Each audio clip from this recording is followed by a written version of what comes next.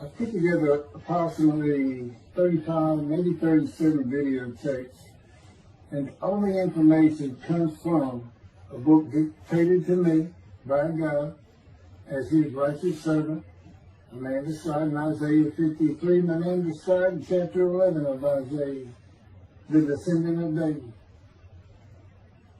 the twig from a shoot that grows out of the stump of Jesse. It is a stump because of the vanished and settled ancestral tree of the kings of Judah, the line of Jesus. He cannot be the man of chapter 11. He's not the anointed one. He's not son of David. None of that's true. The other book, that book is called Isaiah 53, the Day of the Lord. And there's about 3 chapters in those particular videotapes that come from the second book that we wrote not too long ago. He dictated to me the story of my life. It's to show you how I fit the verses of Isaiah 53 with regard primarily to suffering, familiar with disease. So that would be wounded, and as it turns out, cancer.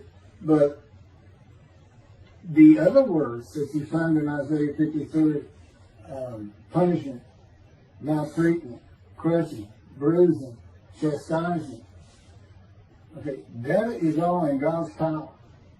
That's all in God's power, all those words. But the books are unpublished. Shoved into spies, accounted afflicted by God, plagued. Nobody understands it. This is so different than the Judaism the Jewish people have been taught. This Messianic era that will never occur. And we know it's not going to occur now once you believe who I am and how you cannot. After the mountain of evidence I have presented that is in those books, just as Moses today would have to say, well, look, I wrote Leviticus. You think I just came up with that? You think I just came up with all this information? That I know how God speaks through an angel and who that angel is? Moses walks by a burning bush, it's not consumed. The angel of the Lord's in the bush and God speaks. I'm the one who explained that to you. I shouldn't have to go any further than that. God says the rabbis, the shepherds, they never listen to my prophet. They think they know everything. Well, I'm going to keep telling that they don't. This is primarily for the people who listen to them and not them. I don't expect them to ever respond. Because by responding, they have to say they've been wrong. Or that's just not what we believe. And so they won't change. The bottom line is they make money on it. That's the bottom line. God had me watch a video of Toby Singer just for this one purpose I'm about to tell you. He said, watch him raise his hand. He raises his hand to do his hair or rub his nose or something, and there's this big, fat gold watch. And this is how you know this is the God of old. He said, look at that. Look at that. I said, well, he does. He died. His skin died, silver died. It might be a scuba watch. He said, that's not a scuba watch. That's just a big, fat gold watch for everyone to see. And he makes his money on Isaiah 53. The guy said, at least that's how he really got going. I don't know. I know he has a radio show. But remember, I'm in the fire refinement. Everything God does with me is to draw emotions, because I'm going to be emotionless once I get to Israel, for the most part. He'll let me feel what he wants me to feel. But nobody can get under my skin. You can't bother me. Even if I seem like I'm mad, it doesn't carry over to my inside. And I don't think about it any more than while I'm, as they would say today, on a rant, getting on somebody. But I bring his reckoning. I laugh. I tell him, you know what I am, don't you, God? He said, I know you're a lot, man. I said, no, I'm the reckoning. And I am the reckoning. That's what I am. You laugh. Holy Spirit, man. Yeah, I say, righteous servant, David the shepherd, Elijah, prophet like Moses. I like wrath. What's his name? Wrath. What did he do? He's a refinement. But anyway, I'm going to go through these early years of mine before God spoke to me. It's chapters 1 through 6. Chapter 7 is God speaks to an atheist, and I've already videotaped that. Walking with God and something on visions and visuals. So the first chapter, this is what he told me right down, birth and tragedy. I was born in Bryan College Station, Texas on February 6th, in from my Holy Spirit, yes. I could get an accident before I start. Yes. Oh, this is only for the people who come to believe me. I don't expect anybody who's been viewing these materials and, nobody's really subscribed in a handful to be believed. Again, I can't imagine. I don't know what you people want. I don't know who you think's going to come to do something different. How you going to know who David is? I mean, according to Judaism, there is no description of him. How you going to know who he is? All this being presented, and I know Jewish people are seeing it, only 60% of the views are coming from the United States. Now, I don't know if that means 40% is coming from Israel. Probably not. You got Canada, that's a big follower on my WordPress site. And it really just all the countries of the world at one time or another have looked at some of this information as I wrote my blog, and the blogs became chapters. But I'm assuming some Jews have heard of what some man is saying he is Moshiach, and they're watching. Well, this is for those who come to believe. The people who want to be the witnesses, the men made righteous. By my mouth, there are things I can say that God would have me say to you. So, this might be bored to tears with others, but it does show suffering, pain, and emotional pain, my background, and just who I am. Not just some cook out here. People say, well, he's hearing voices. Listen, I was a lawyer, and I didn't even do criminal law. I've seen some of these people who hear voices. I promise you. That's a person who should be hearing voices when you just see them and watch it for a couple of minutes. That's not me. Excuse me. Okay, I was born in Bryan College Station, Texas on February 21st, 1957. And that's interesting because that's the year the first satellite went up. Russia sent up Sputnik, which is really 3 different satellites, and all together they were called Sputnik. That is considered the dawning of the age of the internet. Now, I've asked God, how did you select me? How did I be blessed with this and learning all these things with this crazy life that I've had? And but he won't answer me. He's John Poker. He's Poker guy. He's not going to talk. Not going to change his version or anything. Or me getting an impression that he is. And so I tried to come up with it on my own, and that is where I started. I said, because I know how important the internet is to you. It's the only way to get things worldwide in. And all the teachings that have come through it. I didn't know, I'm 63. I'm not like the young people who can just text messages without looking at them. And all that. But he's taught me everything. He taught me how to set up Facebook, Twitter, you name it. He was just saying, go to the computer, do this, do that. Commanded it and directed to become very good at the computer and, of course, word processing. I'm a regular secretary, except I still henpeck with one finger. I used to. But God says that to show you I had perfect use of this disfigured right arm. It just doesn't have muscle in it, and my shoulder showed. Anyway, I was born in Bryan College, and that's where Texas A&M University is. And my dad was attending Texas A&M when I was born. I graduated from there 22 years later, which is a story in and of itself. So I was born premature in the 7th month of my mom's pregnancy. I was born in February, and there were many complications. My parents were told I would not make it through the night, and they should just take me home. Mind you, this is 63 years ago. The biggest problem was that my insides had not fully formed, and it was impossible for me to take milk. Mammy, my great-grandmother, told my parents, boil rice. Feed him the rice water. It's got all kinds of nutrients and minerals in it.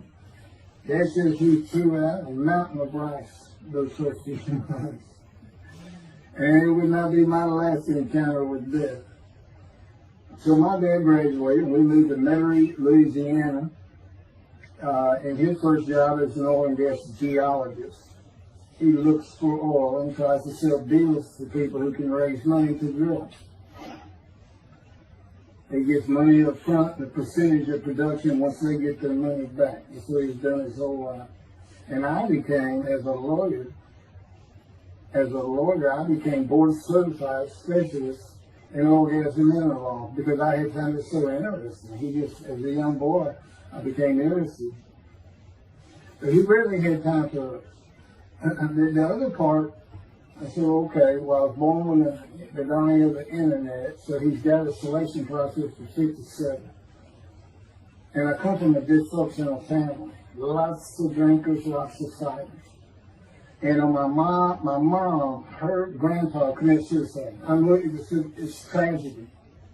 Earth and tragedy. In the Great Depression, he lost everything. He owned land in what is now downtown Dallas. But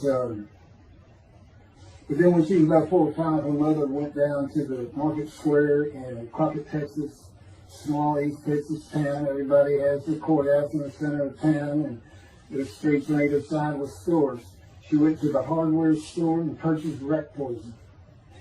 She hadn't gotten hardly out the door when she opened it and took it herself. Died right there on Main Street in the middle of the day in a little small town. I don't know how long that would have been. My mom's 85 or 6. She's 4 or 5, almost 80 years ago. So I'm sure it was quite an event. And her dad took her and her sister's about 2 years older, to Metairie, and not Metairie, to someplace in Louisiana. But could have been Baton Rouge. And her father became an elevator operator. And you can still find this in Houston when I was at law school. I went to law school downtown Houston, but South Texas College of Law. And at the courthouse, they would have somebody sitting in there on a little stool and with a lever and take you up or down, take everybody up or down. With all the lawyers coming in for the court cases, it was packed. I'm sure they've done away with it by now. But that's what he did. And they found him one day or night. He had taken out a pistol, he shot himself in the head and killed himself. So now she had suicides on both sides of the family. And her father's brother took the 2 girls in. He actually adopted them. And she was about 10 or so, I believe. She's with him at some shack in East Texas, and there's not even sun in this place.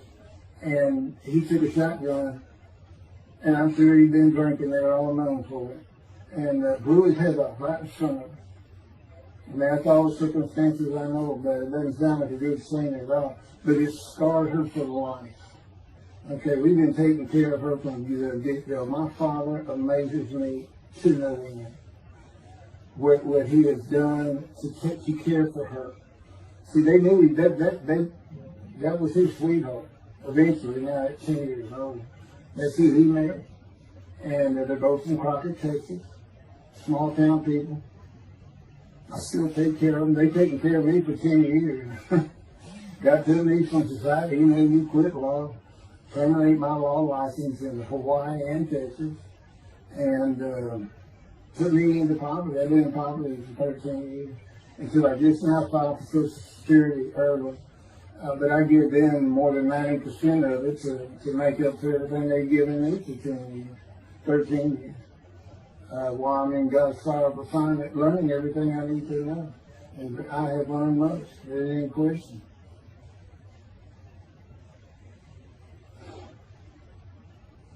So anyway, there's forces right there. It's a thing that tells you, it's a tragedy of losing your entire family in the Holocaust, and you're the only one left. It's not like that. But God says, I just got things as close as I could.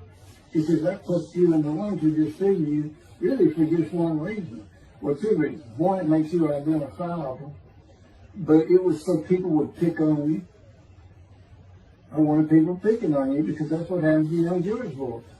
Just for being Jewish, just for having a disfigurement. People will pick on you. I told him, friends, I don't even really recall many people saying anything to me. He said, that's because you look like you crawl all over them. They did. And I did. I was always just say something, anything. It's just the way I was just angry inside. And God's taken all that away. But I can still go on a good man. But,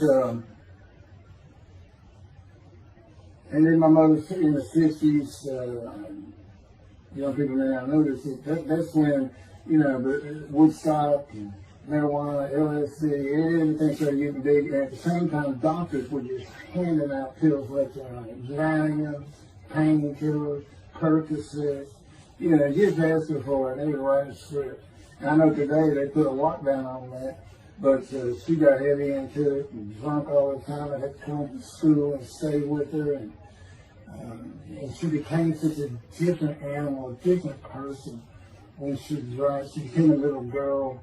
And having your mom act like that and slobbering and going there to be valiant, dripping out of her mouth with ball of booze by. So it was an ugly thing.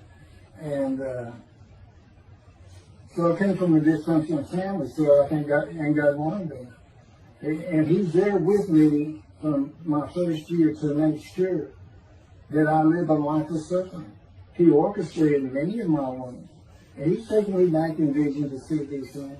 And His vision is one thing you don't pick up in the Bible. When I say Bible, I'm talking about the Jewish Bible, the Hebrew Bible. It's not, unless I say otherwise. Which is like when God says, my people. If He just says my people, He's talking about the Jewish people that says, He may say the peoples of Moab, or just by the context, it's the sons of another group. But that comes up all the time. So, to add to that, she tried to kill herself a few times. And when I was 10, my dad was at a Texas A&M game in Dallas. And I know it was 1967, so I was 10 years old. So I'm very familiar with that particular game. It was against Bear Bryant and Alabama Crimson Tide. And he had coached at Texas A&M. So, as you can tell, me and my dad are big Aggie fans and football fans. But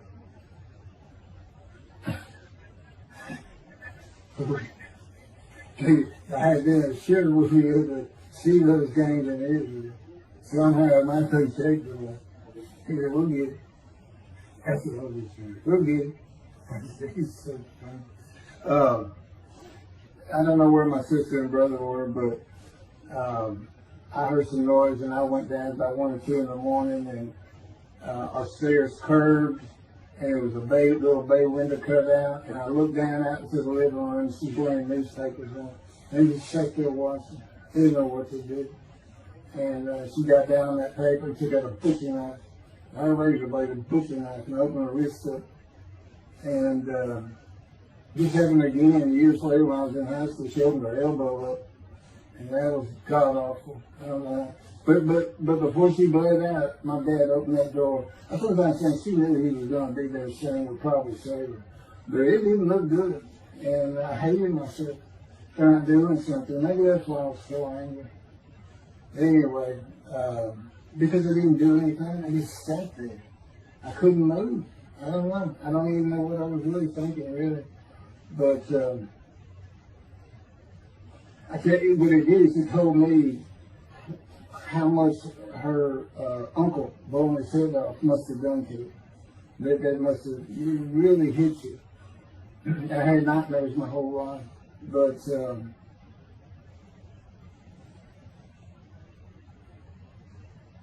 I was 16 when she did the thing with the knife. But you know what? My dad finally got her. He got her the best psychiatric care in Houston, Texas, and that's big because we got a medical center that's renowned throughout the world. And they put me back together many a time.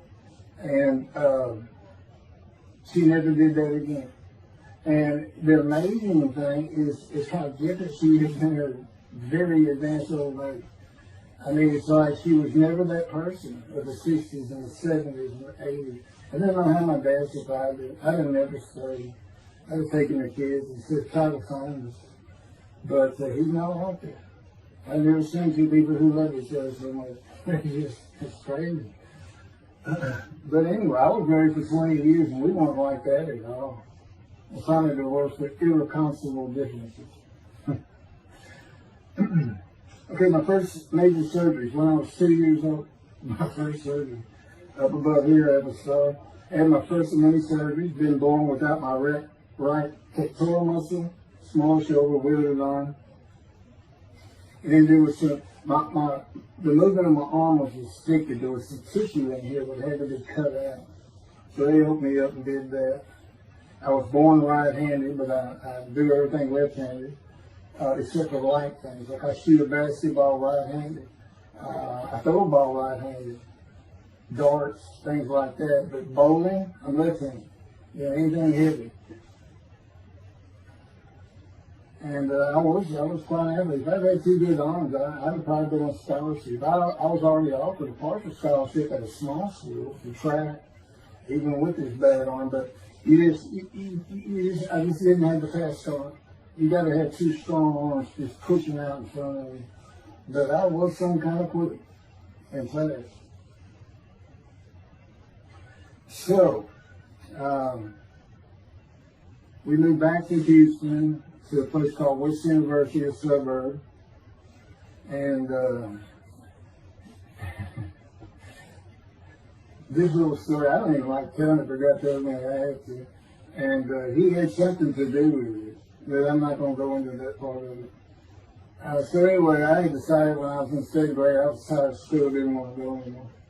I don't exactly know why, I just know I said, that's it, and I'm not going. Dad can't get me up and finish school, I said, I'm not going. And it was on. He was going to get me there. It took him about an hour to get me to the car. Fighting and screaming and running around, hiding, getting under the you man, and I was done. And anyway, he finally gets me to the school, but it's too tight. He wasn't even going to try to get me out of the car by himself. So get out, and he goes and gets the principal. And my dad's about 6'2", but he's real slim. And but he comes out with his principal, he's taller than he is, and he's a hefty guy. He's burly. Anyway, so they tell me to get out of the car. I said, I'm not getting out of the car. I'd already locked the door. Only the two front doors were locked, and it was those locks that you pull up and push down. And so my dad used the key, and he opened up, he popped that lock up, and I slammed it back down. Said, I'm not going to school, I told you. He threw some keys, they started throwing the keys at one another over the roof. And the principal was trying the same thing, and I'm slamming his door, I'm leaping across the car. But I don't know how long I went, but they finally, in 5 minutes maybe, seemed like an eternity. I was terrorized, this is the way I looked at it. Anyway, the principal got it open, and I saw that door open, and I got back on the other side of it, by the steering wheel with my back against the back door, and I cuddled up like a ball. Had my knees on my chest, and he reached in to get me, and I unleashed on him, kicking him in the face with everything I had. He broke his glasses, and his orbital bone got shattered. So, That wasn't my first principal either. There's another one. So, but anyway, so they carried me in, and it was very embarrassing, just crying. But again, funny thing, nobody, because I stayed with this same group for 9 years, going through West University and the junior high there that you go to. Nobody ever said anything to me about it. And I knew some of those kids that were in that class.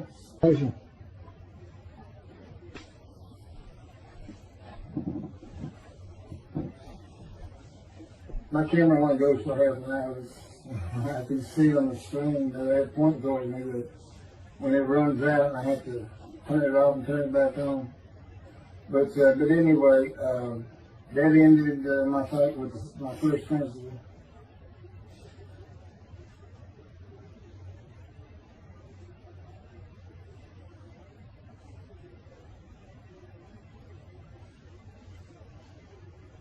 Now here it is right here. I had me put these to bed. In the 10th grade, the principal of the school told me to cut my hair. I had long, blonde, wavy hair, well past my shoulder. Again, this is, I graduated high school in 76, and this is in junior high, so it's in the early 70s, but it felt like the 60s still. And I kept in a ponytail. It was neat. It was a school-wide policy. I think I was one of the last people to cut his hair. I was hiding all the time. I was always on the alert for the teachers that would send me in. But I went and got it cut. I told the barber right at my collar. Sat there and said, cut it right at my collar as I was instructed to do. And then I was commanded to return to the principal's office. And so I presented myself to him. I sat down and sat in his office, and he gets up, walks behind me, and grabbed me by my hair, back of my head, and jerked my head back fast. And said, it's still over your collar. Now, I don't know if I did a backflip out of that thing. I can't really recall. But what I do recall is it took 3 people to get me off of him. And I was permanently expelled from school. Which ended up me leaving home. I wasn't a runaway, I'm just out of here. I'm tired of everything and everybody. I ain't going to school ever again. Hate school always there. That was me. If they had to pull me off of him. I understand through a friend of mine, he said, you know, my brother went to that school. He has some stories about that guy. I thought, that wasn't me. Second major surgery came when I was 12 years old to try and repair my right knee and just below it. I was going full speed in a field. High grass and weeds with a family dog. And God says he had something to do with what the dog did. For no apparent reason, just suddenly he was running at my side. And he just bolted, he just stopped going straight to the heart of the left and went right between the legs. I go sailing in the air, and I came down on my knee. Except my right knee came down on a broken Coke bottle, Coca-Cola. And they used some thick glass back then. It was split nose down, way down. It was all broken up, but it was the bottom all jagged at my knee. You know, they said it went to the other side of your knee. They said, you got that whole field in your knee. But when I got to the hospital, I sat there for a long time. The first officer came in and just told my mom, "Why sorry? You know, I'm in the room, you know." He said, I can't repair it. It's not repairable. We want to take it off. You can't use it. And I already knew that because when as I started screaming and yelling for my dad, he finally came back. This field was behind our house. It was a chain link fence, and in the field. And you know, my dad finally heard me. He got over. He saw the blood and saw something. He scared to death. I'm going into the shop, and he got me to put my arm around his neck, and he said, "Can you walk on it?" And I tried to just collapse. It was useless. It was awesome. And then I had to climb over that fence. And my mom was going crazy and screaming and crying.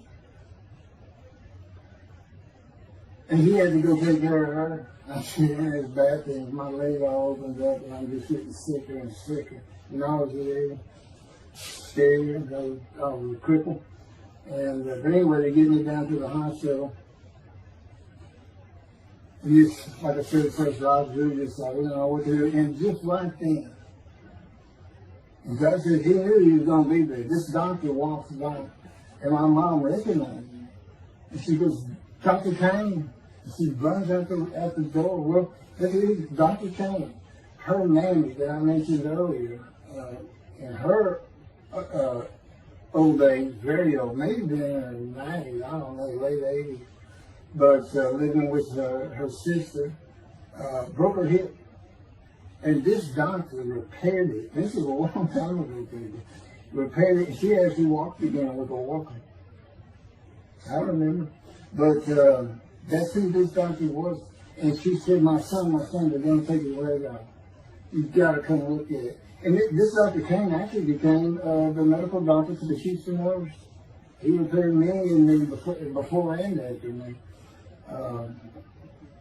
I guess that's what he specialized in. But he was at the hospital just to do rounds. He wasn't dressed for surgery or anything.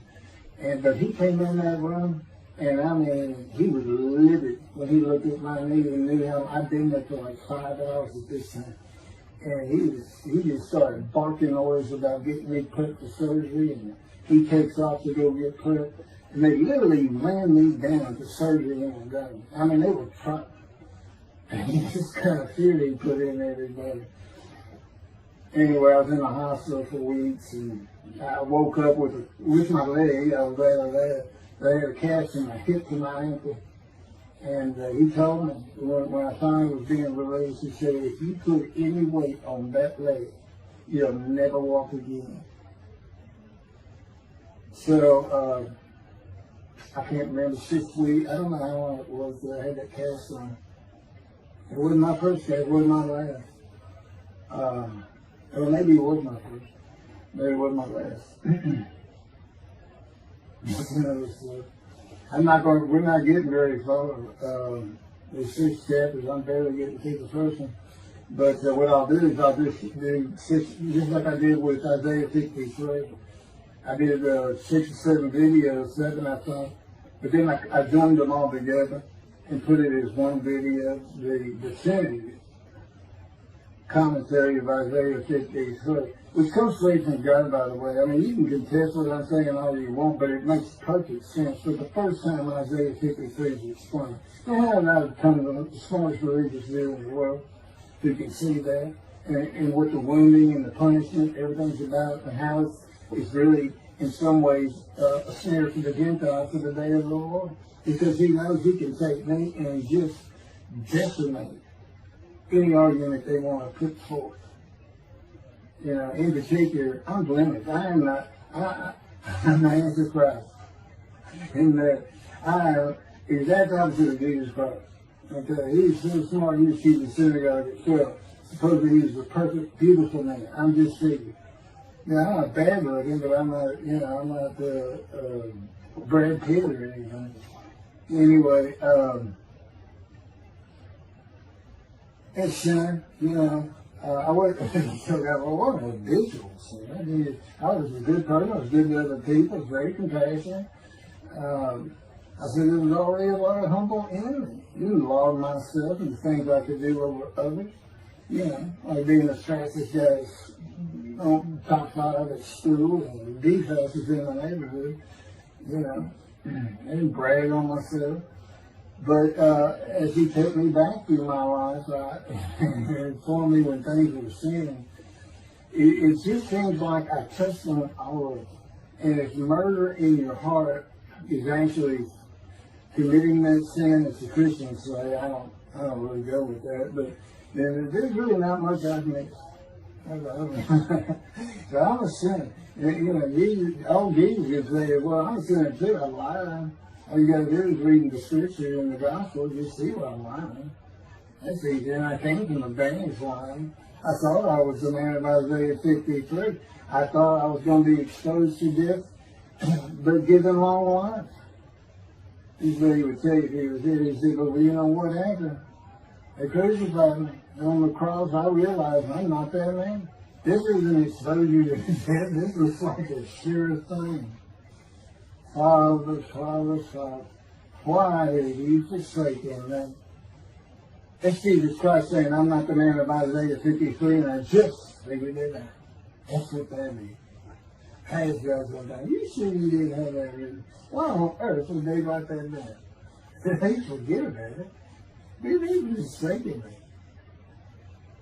So that's what it's about, Christians. All they got their ways. They can explain that being counted a sinner means he got crucified with the sinner beside him being crucified on each side, left and right.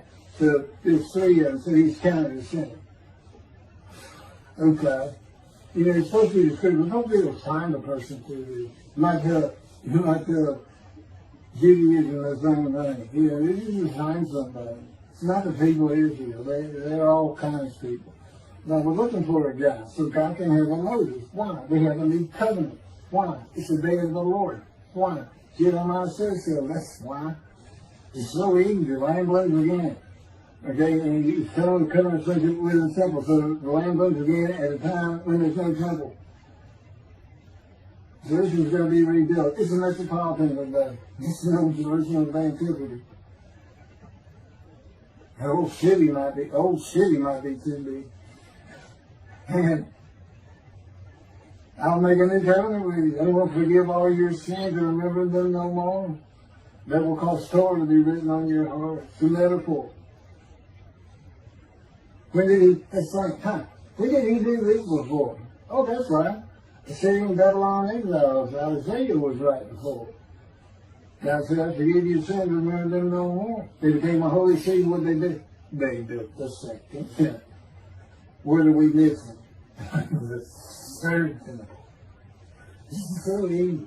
So it is the day of the Lord. There's any question of that. I'm just telling you, it started with the Russians. Yellow Russians. And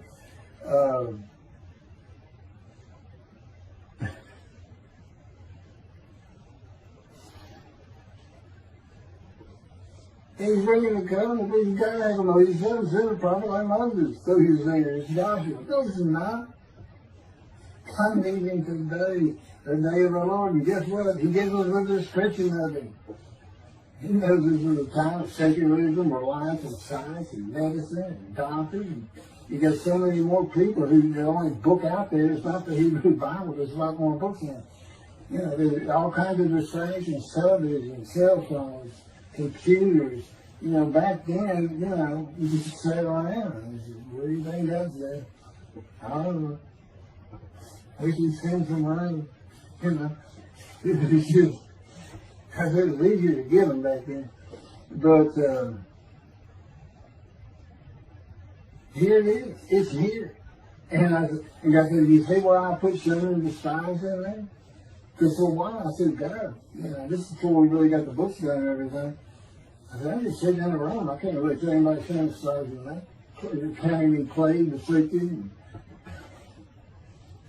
by God and everything else. He said, well, how you feel now? That we've been putting all this on the internet, guys, that's just sounding inspired. Yeah. I can say, there's no question this ain't gotten back to those things.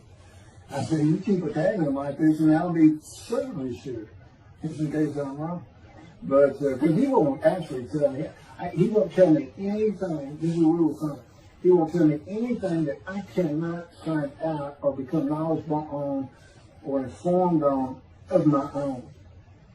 Which means about nothing, because we're in a room all the time. The adjunct of the Holy of Holies is what I call it. I live in the Holy. I'm like the priest who could go, the only person who could go into the Holy of Holies was the high priest. And that's what I'm like. As a matter of fact, God had me write down, just as he had David write down, there's Psalm 151, where God said, it's on a video, where God is speaking, where the Lord came to me and God said, quote, and within that, he says that he declared me. We actually used the song where he declares it for David. He declared me an eternal priest in the order of Melchizedek and King David. and a rightful king, small k, and a rightful king. And he also declared, I'm the righteous servant. I mean, that's God talking. I mean, he's using it when he dictated to me. It wasn't, to be written in my personality. That's him. That's him doing his son. So, because he does that. Even in the writings, the person doing the writing, whatever prophet it was, or Moses, or David, if he wrote Samuel 2 and Kings 1 until he died. As I said, God says, look, just assume the central character is the one I had writing. Because their lives change when I come to them. Just like mine change. This is not anything I could have ever conceived or even bothered thinking of. I had never read the Bible my whole life. And he then told me, we're going to the bookstore and get you a Tanakh. That was 13 years ago. And my answer was, what's a Tanakh? I didn't know anything. And look at all this knowledge. But this is it. This is the only power he's going to use in creation. He's not going to perform miracles. He's not going to have me performing miracles. And he's not. He said, the only power I'm going to use is on you. What I can get you to do. He said, I can take a Gentile Texan and take him to Israel and get my temple built. Okay. He said, because that's what you say to God all the time. Okay. And one night, I hadn't even read Isaiah 53. He didn't come to me and just say, offer yourself for guilt. I crushed you with cancer. It was me that did it. That's not, I wouldn't have known what he was talking about. We finally get to Isaiah a couple of years later. He said, keep reading Isaiah 53. Is that okay? And so I read it. I said, okay, finish it. He said, who do you think that is? I said, I have no idea. I can barely read it. I didn't know what it's saying. I said, I think these verses ought to be up here. I said, you sure nobody mess with this thing? He said, nobody mess with it. Just sit there out there, I was ready to write it. He said, that's it. I said, oh, okay. I couldn't have good luck convincing anybody. I can't even tell what he's saying. He said, before we can get done with it, he's right. I've been over that thing so many times. From my original version of Isaiah 53 that he dictated, told me how to put together, but every sentence, every word is, we changed it up and added things. I've learned things. Like I didn't know about the test of devotion. I didn't know why the angel was leaving early in Malachi 3, but I do now. And all that would cause an amendment to my midrash in Isaiah 53. And, the book has me, these are all videotapes now, me and Rashi. Rashi, the first one to come up with this is Israel. And, I look at his answers and I just shake my head sometimes. You should see his answer in Malachi 3 to the angel of the covenant that you desire. There's only a covenant of friendship and a covenant of Jeremiah. And this is his answer. It's midrash, so he just takes a section of the angel is on the way. And it just says the angel of the covenant. And his commentary is the angel that avenges the revenge of the covenant. I said, what does that mean? What are you talking about? And I said, God's being funny. He said, I don't know. I said, you too know. I said, well, I'm not telling you.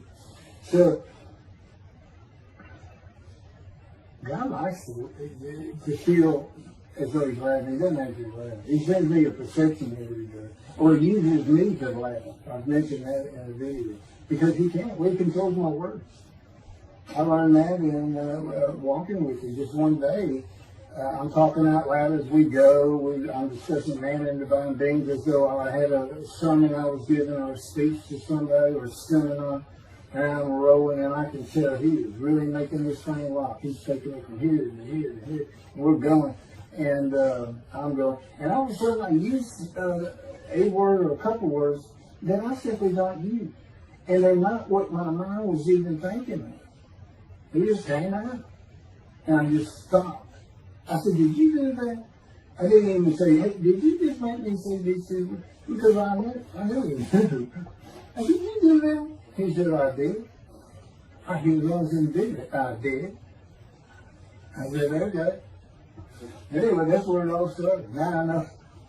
Okay, this is that. That's the Holy Spirit. Using me. He doesn't sound like that. But he'll use words like that. So he's getting bored. They like to cut.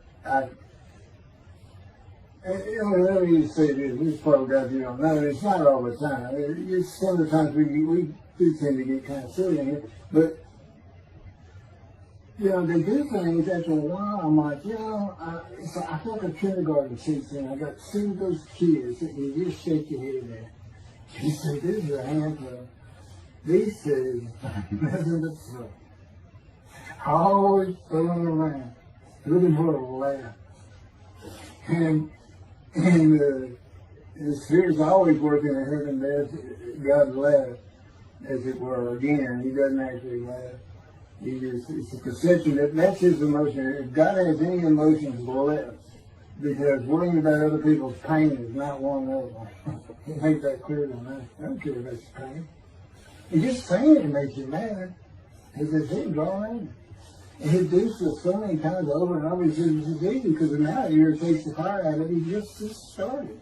I said, how do you keep doing it? And one day I told him, I said, I got it. Which means it actually came from them. I got it. You never grew up. You never got sent to your room. You never had to climb that mountain to achieve something. Put yourself out there. Nobody's ever hoped you.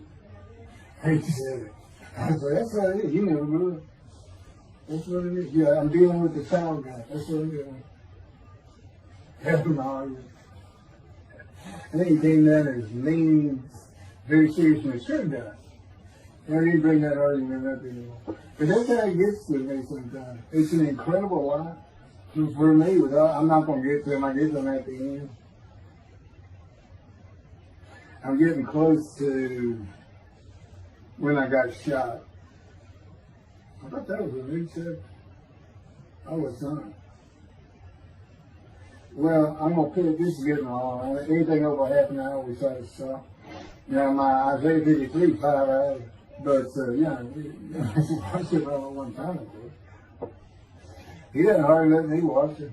Yeah, I don't even watch them before they get posted. He says, no, you watch it later, because it comes on the TV that he got me. And I didn't know at the time it was going to be, that he was serious about doing videos, and I certainly didn't know about making it a backdrop. He decided everything. He tells me when I eat, when he get up. I don't sleep probably at all 2 or 3 hours a night, and sometimes less, and take a half hour nap sometimes. But I found out I feel fresh. I don't need no sleep. You're not really doing anything. Why do you need a lot of sleep? You see, that used to make me mad. Now it is later. Thank you very much for listening.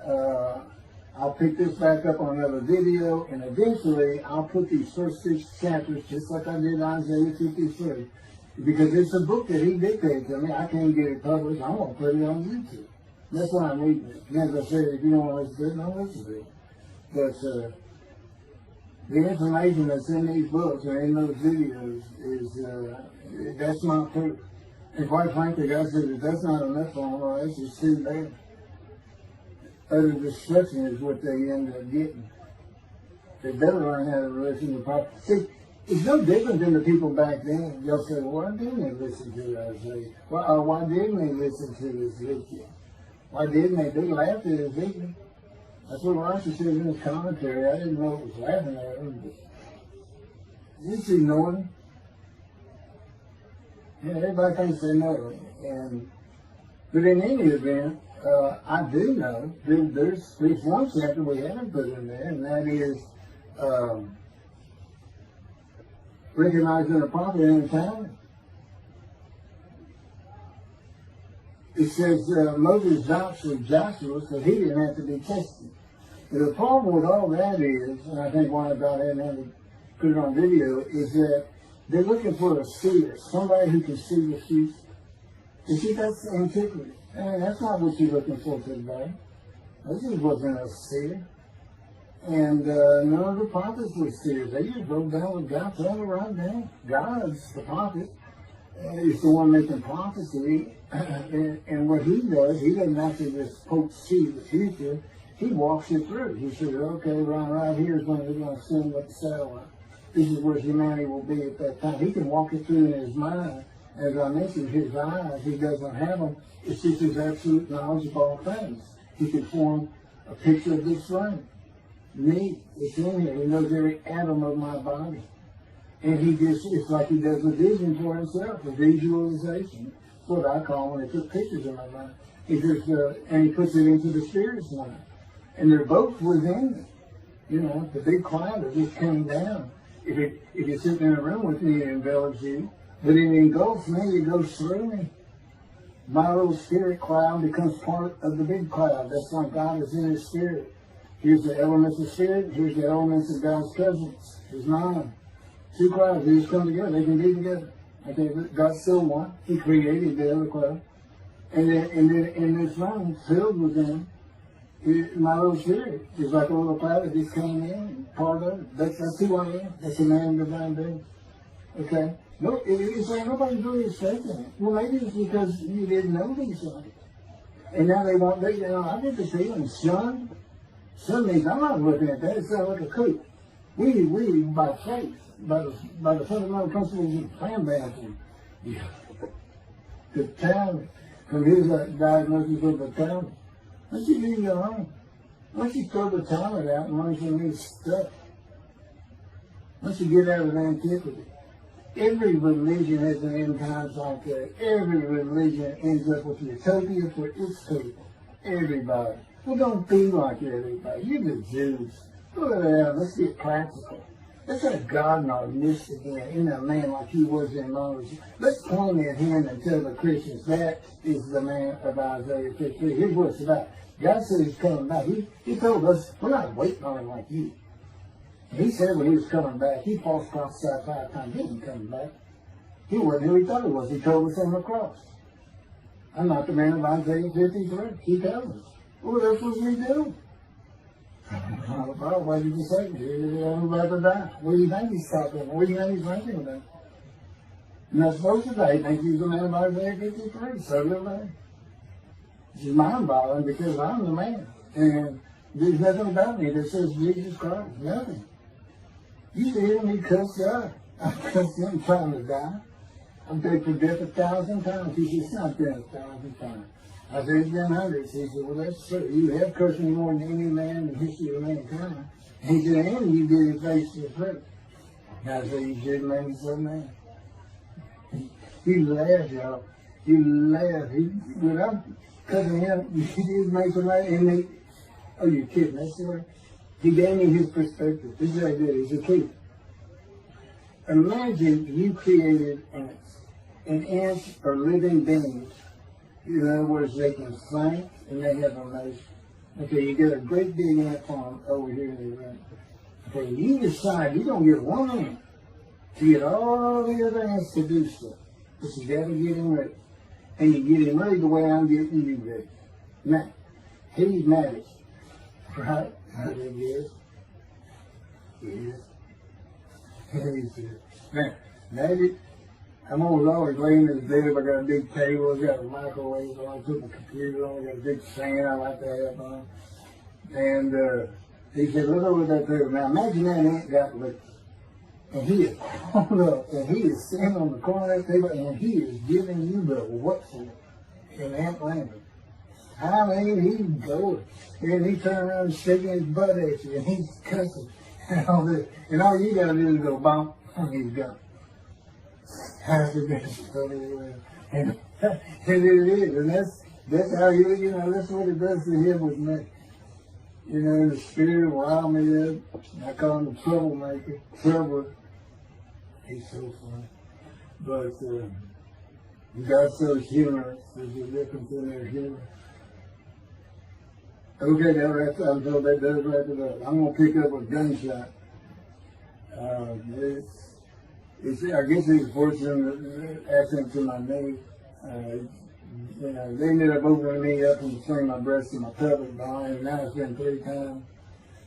and eventually, the lung cancer, and colon cancer, and skin cancer. But the lung cancer is when they told me you should have died from colon cancer. They said, but this is it. We can't take that.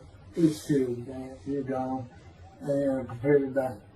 That was 20 years ago when the planes hit New York. It was the planes hitting New York that got me up off the ground one last time to see one more vacuum.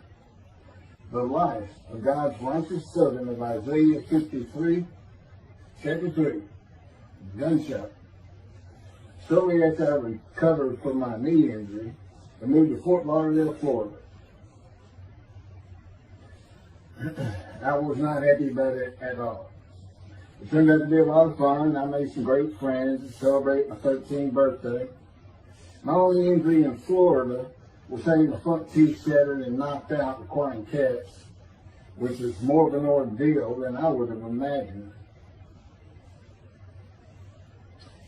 We returned to West University in Houston after 2 years. My mom was not doing well at all, and it was getting close to her second suicide attempt. I was back with my old friends and did not have much supervision from home, and I failed ninth grade. I made my own decisions, and I rarely listened to others.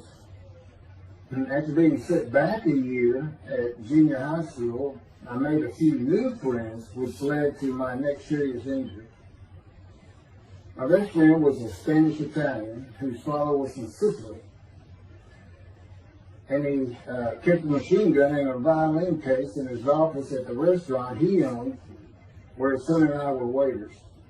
It was called the Godfather. My son was the best pool player I've ever known to play with, an absolute natural. I will call him Antonio, but that's not his real name. Antonio's girlfriend was a Jewish girl. I will call her Rebecca, but that is not her real name. Antonio was a Catholic Christian. Rebecca did not practice Judaism, and Antonio did not go to church. I was a confirmed atheist, and we never talked about God or Jesus. Rebecca's father had foreclosed on a ranch about 8 hours from Houston outside of LaGrange, Texas, Fayette County. LaGrange was famous for the Chicken Ranch, which was an illegal brothel that operated from 1905 until 1973.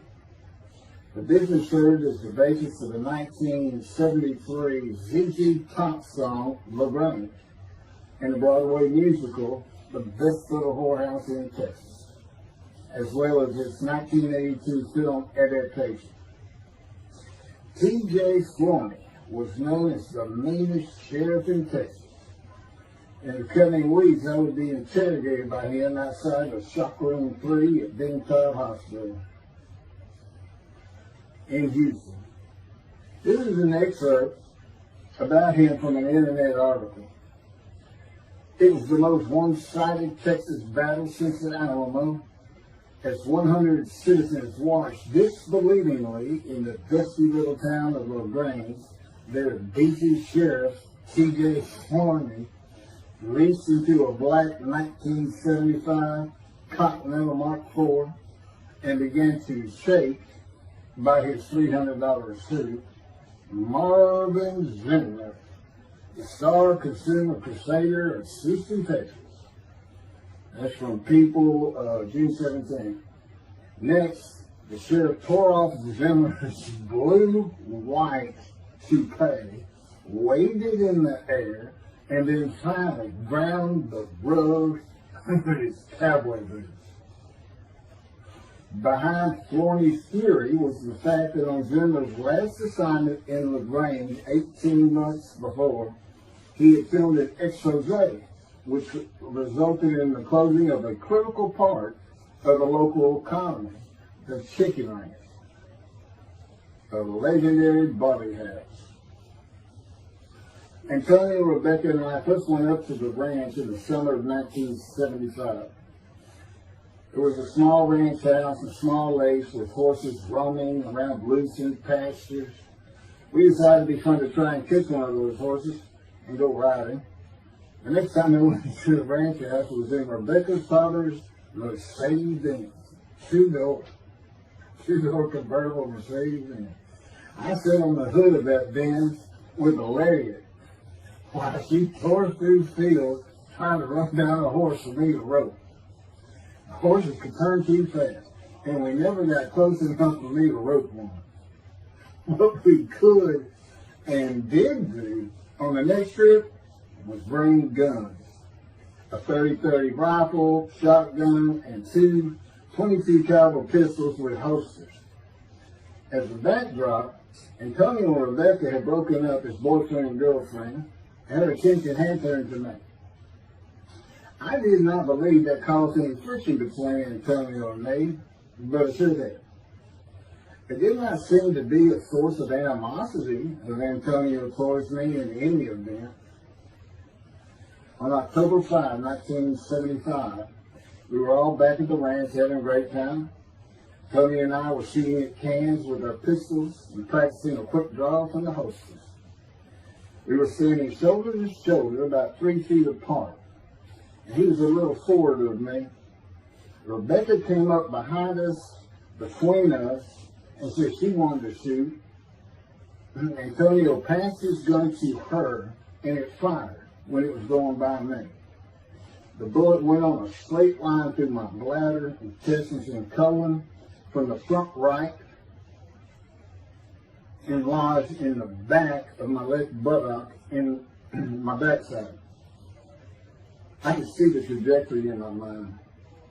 I fell to the ground, and Antonio fell on top of me, rolling me over and over. I think he was looking for an exit of the bullet. I told him to get me to a car and get to a hospital. Felt like Babe Ruth had swung a bat up between my legs. I never once thought of God. On a big ranch, there are several gates for different sections of land and different purposes, usually with chains and a lock. When we got to the first one, I told Antonio, fly through it. I told him to ram it. I knew I was dying, and all I could think of was, you had got to hurry. I didn't panic, but I had never been so afraid and had never felt fear like that again to this day. Sometimes I think I have forgiven Antonio for accidentally shooting me, but I had not and cannot forgive him for stopping at those gates. I still never did. I was seriously angry at him. We got to the LaGrange Hospital before noon on a Sunday. They had to call the doctor to come in. I asked the nurse for something for pain, and she told me my vital signs were too low. That if she gave me a shot of morphine, I'd drop dead right there. It would kill me. No pain medication. The doctor came and looked at me and said there was nothing they could do there. He told me they were getting an ambulance to take me to Houston, Top Hospital, where they operated on gunshot victims all weekend long and do to this day. It's a trauma hospital. Many young doctors from Baylor University, all around the state. It's a high desirable place to be because you're cutting on. If you want to be a surgeon, you're cutting all day long. I knew one thing with a certainty. I could not pass out and fall asleep. If I did, I would not come back. In an ambulance, I talked to two fellows that were tending to me, as much as anything to stay awake. I asked them such things as what it was like to be married, graduate high school, have a career job, but my mind repeated over and over, you have got to hurry. We arrived at dusk. This happened before noon when I got shot, so now it's getting dark. When the ambulance opened, my brother jumped in to help. My mom was standing by the entrance to the shock rooms in her surcoat. She later told me that since Top was a public hospital, it might help if they thought we had money.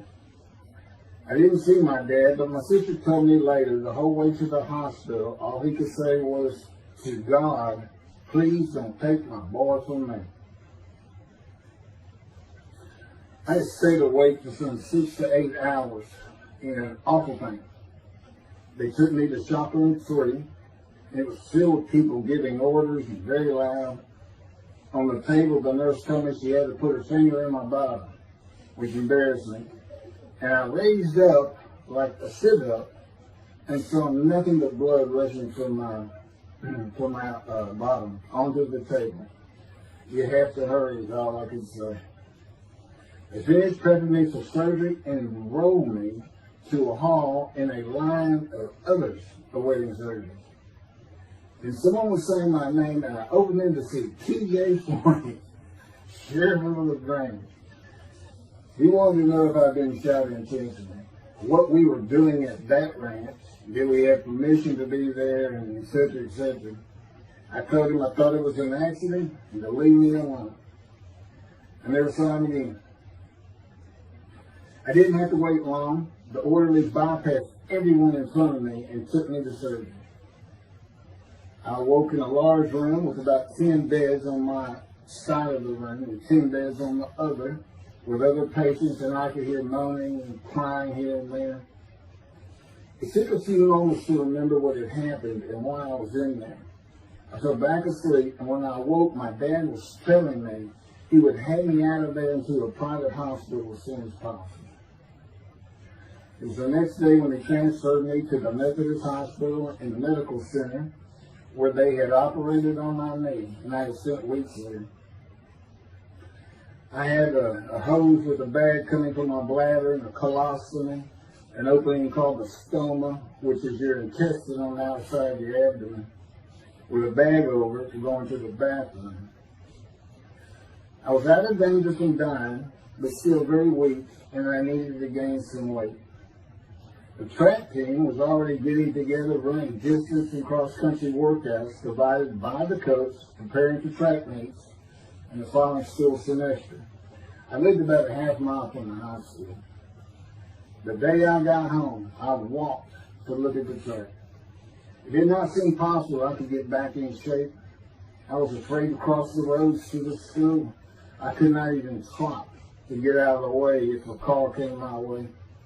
My insides felt like jelly, and I had been warned that too much physical exertion in the first 10 days could cause a stomal hernia, and my intestines to start extending from my body.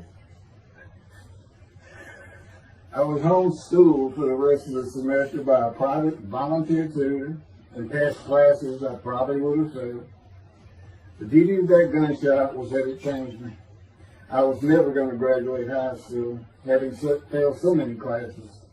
So I set up night school classes for the next and my last semester of high school. I was 18, soon to be 19, and a senior.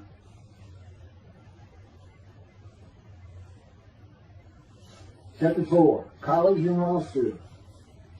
Before the summer of 1975, one of my best friends in the track team, who threw the discus and shot put and field events, and was a senior, told me he wanted to do something big the coming summer before starting college at Louisiana State University, LSU.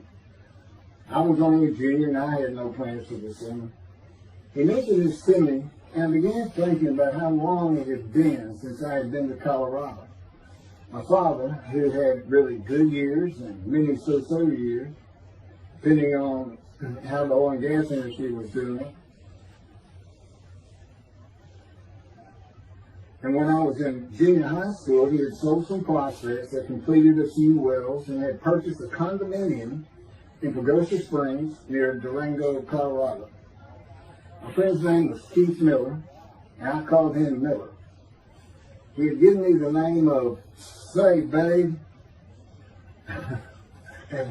At one of our night track meets, I was running the 330-yard low hurdles, and the last time was behind bleachers where the officials lost sight of us for a few moments. A runner to my left veered out of his lane into mine and took my hurdle, and I had to slow down and go around it, yelling, "Hey man, that's my hurdle." I wasn't happy. I do not remember how Miller knew what I had yelled, but he was probably on the football field inside the track, working on shot putting dishes, watching me run and hurt me. I did not really know him very well at this time, other than he was a popular senior who knew everyone, and in stark contrast to me. On the following Monday, I was walking down the halls between classes, and coming in the other direction was Miller, though I did not see him. Then as he was passing me, in a loud voice, loud enough for everyone in the entire hall to hear, I hear, "Say, babe, that's not her." Hence, say, babe. That began a really good and fun friendship, and I got to know the class I should have been in if I had not failed ninth grade. And because I was Miller's friend, I was immediately accepted by anyone he introduced me to. I found out about 40 years later on Facebook. I looked him up and we friended that he's Jewish, and particularly because of his brother. He's got an older brother, and they look just alike. They live up in Oregon. But I did not know that. It's not something we ever talked about. Just didn't think about it. I'm sure he wasn't observant at the time. I told Miller about my dad's condo and suggested we plan a trip up there, backpacking the Womanishi wilderness of the San Juan National Forest. I had hiked there while in junior high school with a friend and his little brother. I had a driver's license in my second year in the ninth grade. The prominent 13,000-foot peak is 10.7 miles from the town of Silverton, which began as a silver mining camp in 1873, and that is where I plan to take Miller.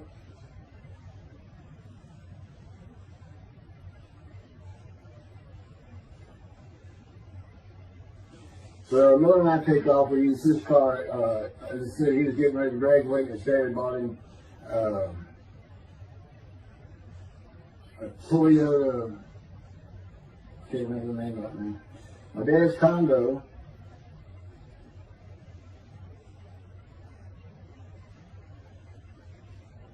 is about 60 miles from Durango, where a train depot is located that runs the train to the Womanishi Wilderness facility.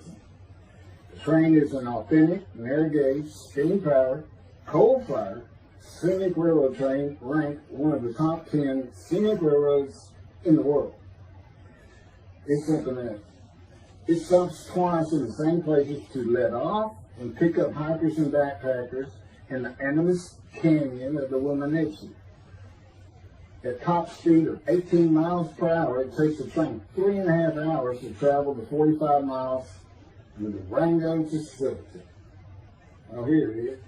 Miller had a new Toyota Celica. And after a day and late into the night, we made to Pagosa, slept, and we're at the train station before the first departure the next day.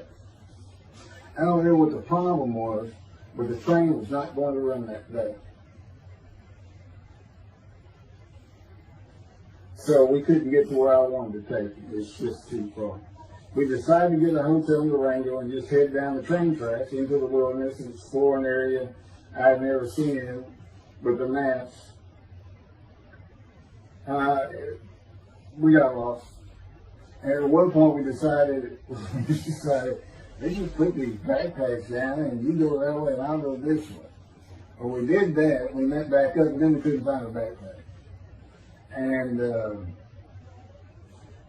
we did finally find them. We slept that night, and we had a big black bear episode because we left some food out on the ground, which we shouldn't have done. And but anyway, we ended up making it back. We had one of the best party nights I've ever had in my life. We hit the main street in Durango, which is a tourist hotspot, and we hit every single bar. You could drink at 18 back then. It wasn't 21 as it is today. And we did. We made sure it was like a go. Okay, so every one of them had at least one drink: shot of whiskey, Boilermaker, beer, whatever. I can't really recall other than I knew I had been drinking the night before when I woke up. But we did. We hit both sides of the street. I don't know how long it took us and how many drinks we had, but we just had a lot of fun.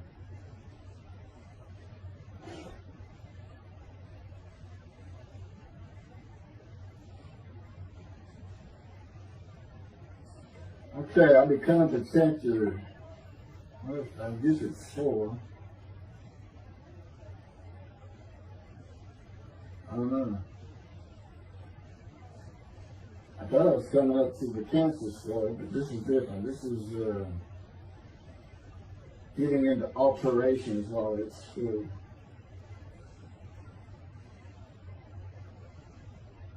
So anyway, I was shot on October 5, 1975, and by early December, so it was October 5, and then in early December, they I had surgery again to put my intestines back together, which was, you know, it was dicey. You know, they kept telling me, we don't know if we can reattach. You know, there's people like Bob Hope lived his whole life with one of these stonal deals. It was a horrible thing. It was successful. They put it back together, and they removed my bladder tube. The girl next door, who I had never talked to other than to say hey or hello, and who also went to high school with me, had been coming over daily, and she agreed to be my girlfriend when I asked her a few months later. I did my night school and graduated last in my class, or close to it, of over 400 people. In late December, I began running with the track team. Now, I had surgery early December. I already got out there with them, which was difficult. Pulling 2 tires on the cinder track, you know, the rope, 2 tires, and you put a harness around your waist. I had to put mine high up on my shoulder. On the cinder track for a lap and a half, 660 yards for 2-minute intervals, 6 times was the toughest. My speed and quickness was still there, but distance running and my endurance, it took quite a while to come back.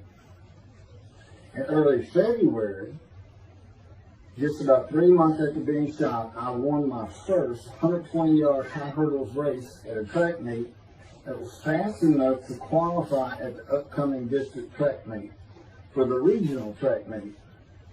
Winning at the regionals would place me in the state track meet. I was fast, but my disfigured right arm really held me back.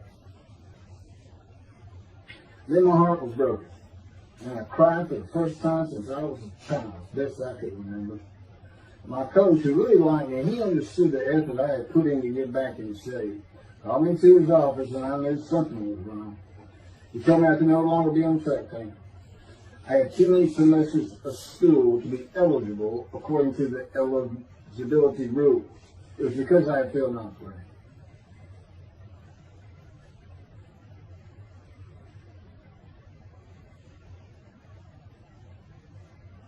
And of course, I had no one to blame but myself. Skipping school all the time, just not trying or caring about learning was why I failed. I was not lacking in intelligence and common sense as many people thought of me.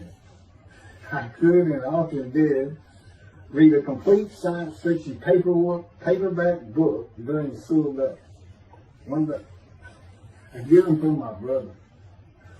I just sat in the back of each class and read my book, and the teachers always left me alone.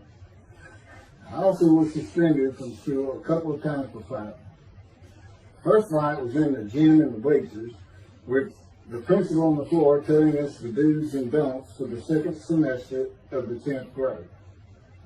This is 2 years before I was shot.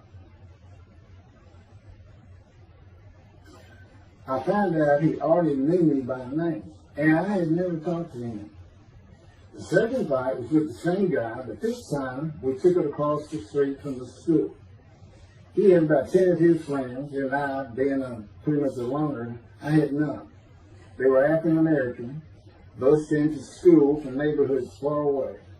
And I just didn't understand them, or know why they even talked to me with words I did not get, like word, or say, man, can I hold $1?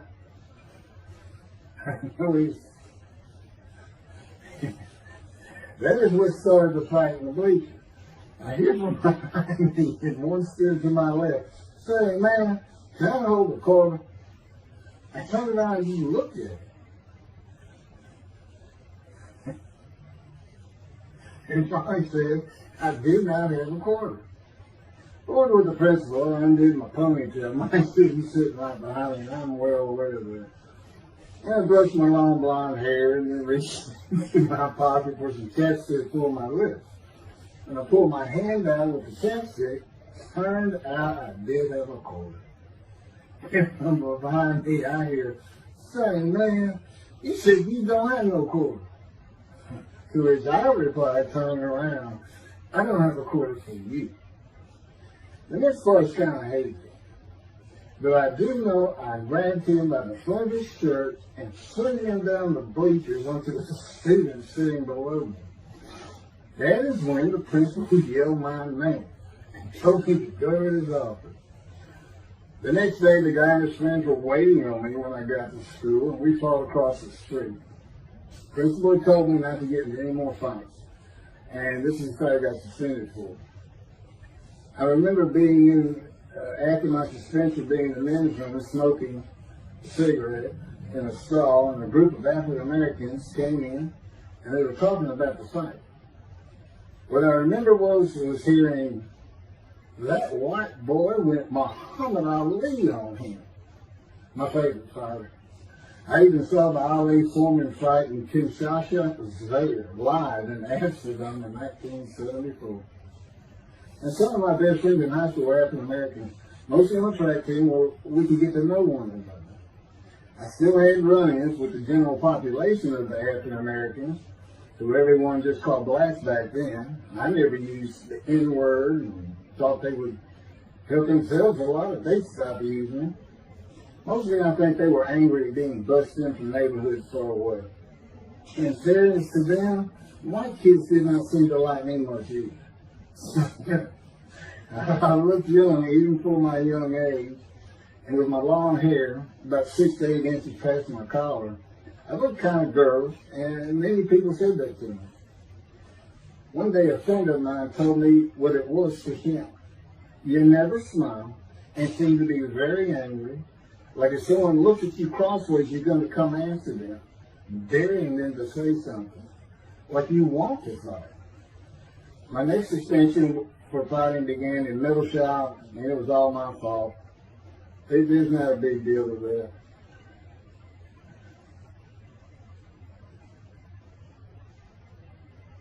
The last fight I was ever in came right before I was gunshot at the ranch. The accident really changed me and the way I looked at life. I never got in another fight after I got shot. It took some of the fire out of me.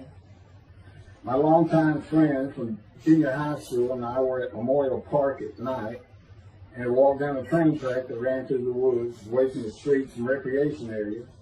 We went to the center of the long railroad trestle bridge that ran over a bayou to wait for a train to round the corner from either direction on a single track.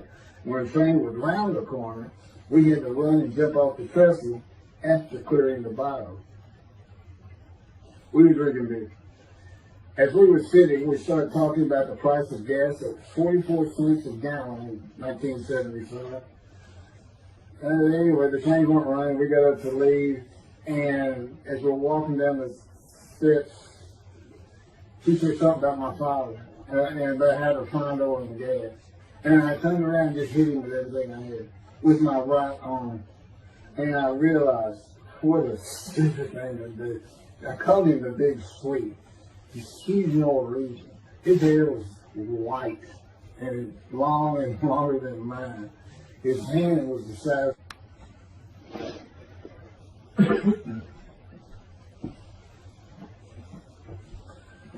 And I had nowhere to run. That was a really dumb part of that. I mean, I couldn't move. I couldn't use my quickness. I couldn't box as I had with the fellow across the street.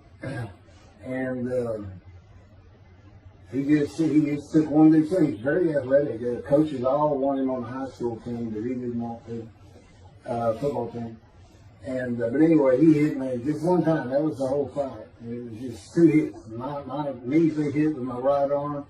I let it fast, And I hit him when I wanted to hit him. Well, I say that. I didn't even think about it. But he just about knocked me senseless. I mean, I saw it red. And so anyway, that was it for our friendship. We just, although after I got shot, he and I got back together a little bit, but by that time I had met Denise next door, and I wasn't going to be going out drinking beer at the festival anymore. It's going to get serious, and that's when I set up my night classes and everything. Her big sleeve.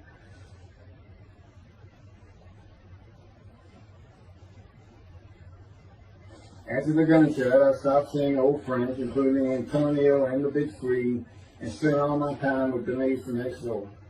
I never wanted to be someone who succeeded in life.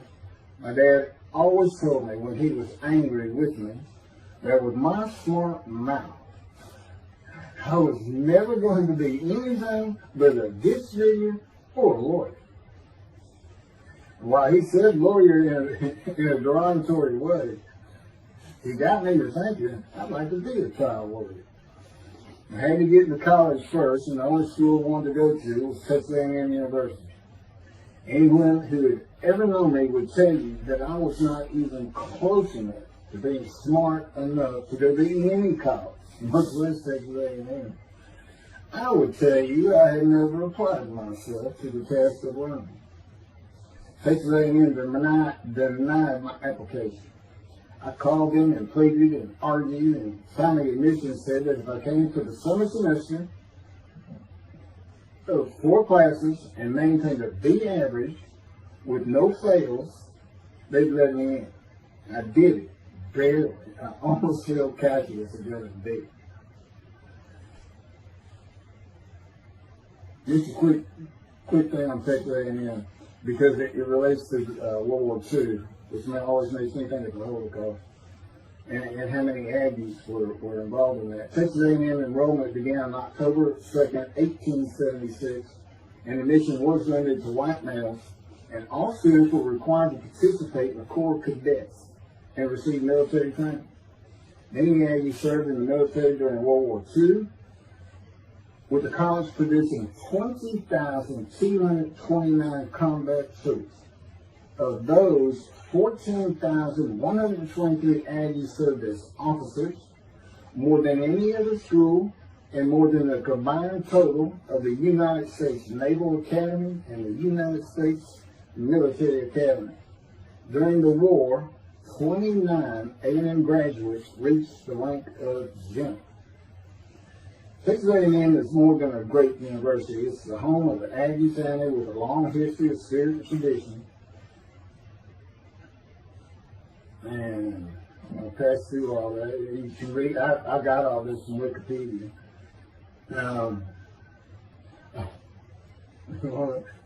Like Notre Dame, it's a school full of tradition, especially notable at football games and in campus life, drinking beer at the Dixie Chicken.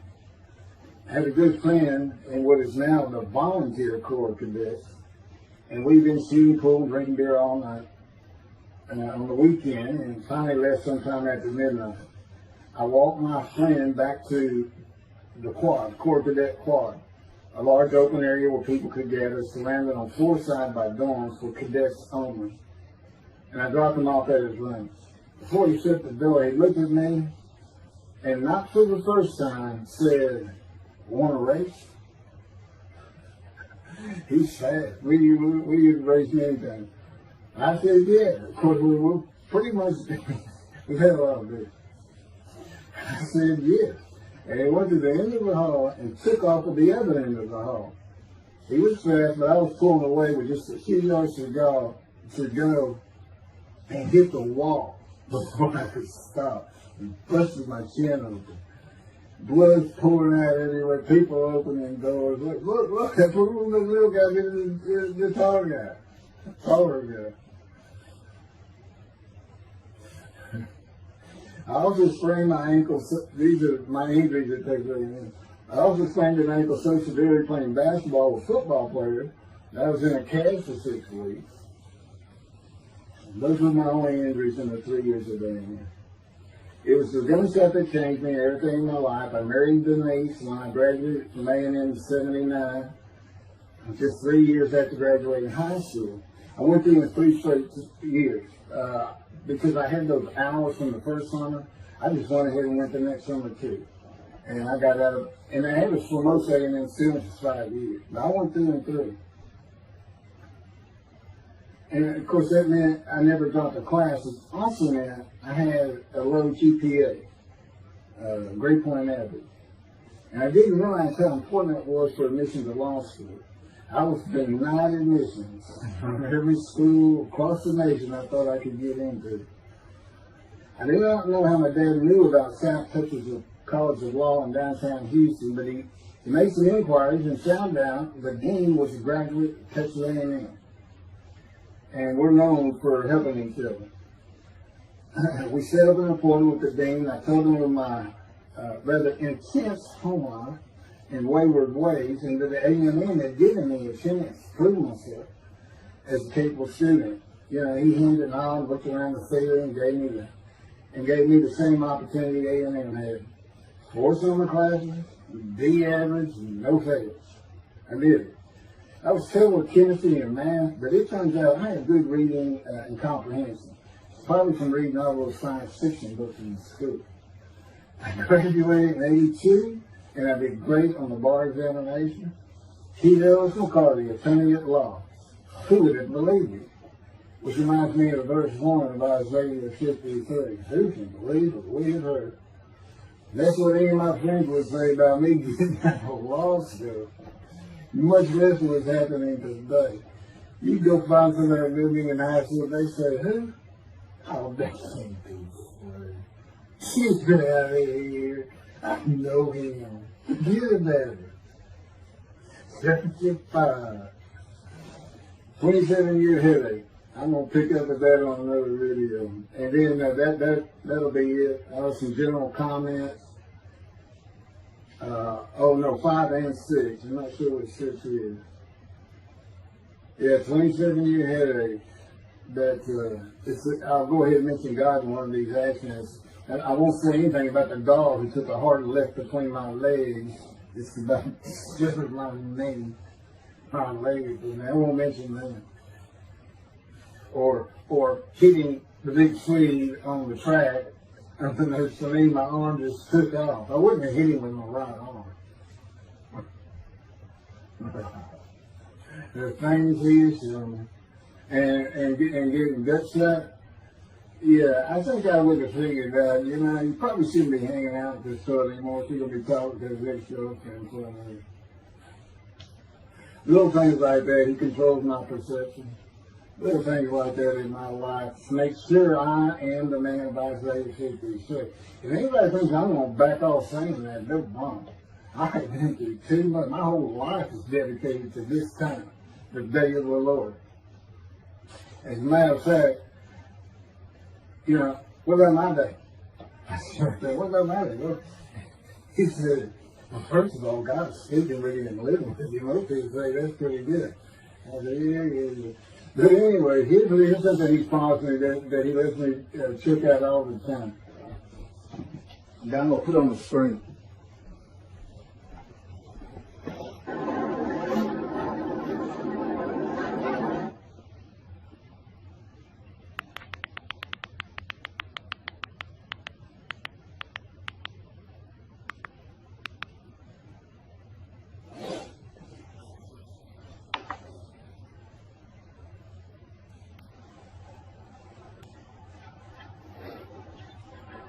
The reading and GP cycles, shorties, slip-ons, code startup.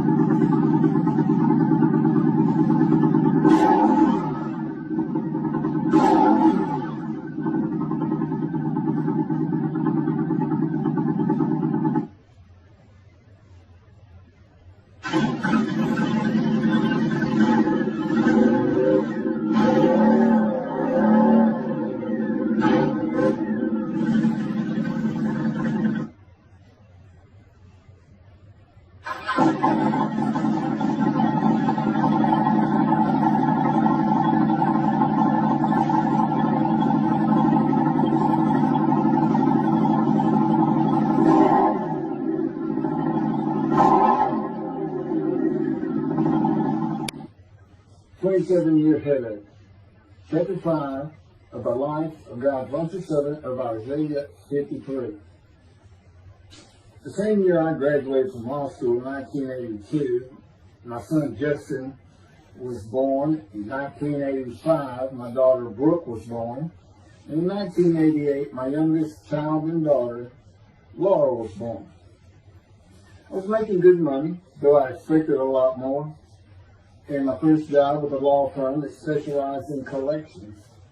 I also tried my first civil case, which, while working there, which was a nerve-wracking event, first trial.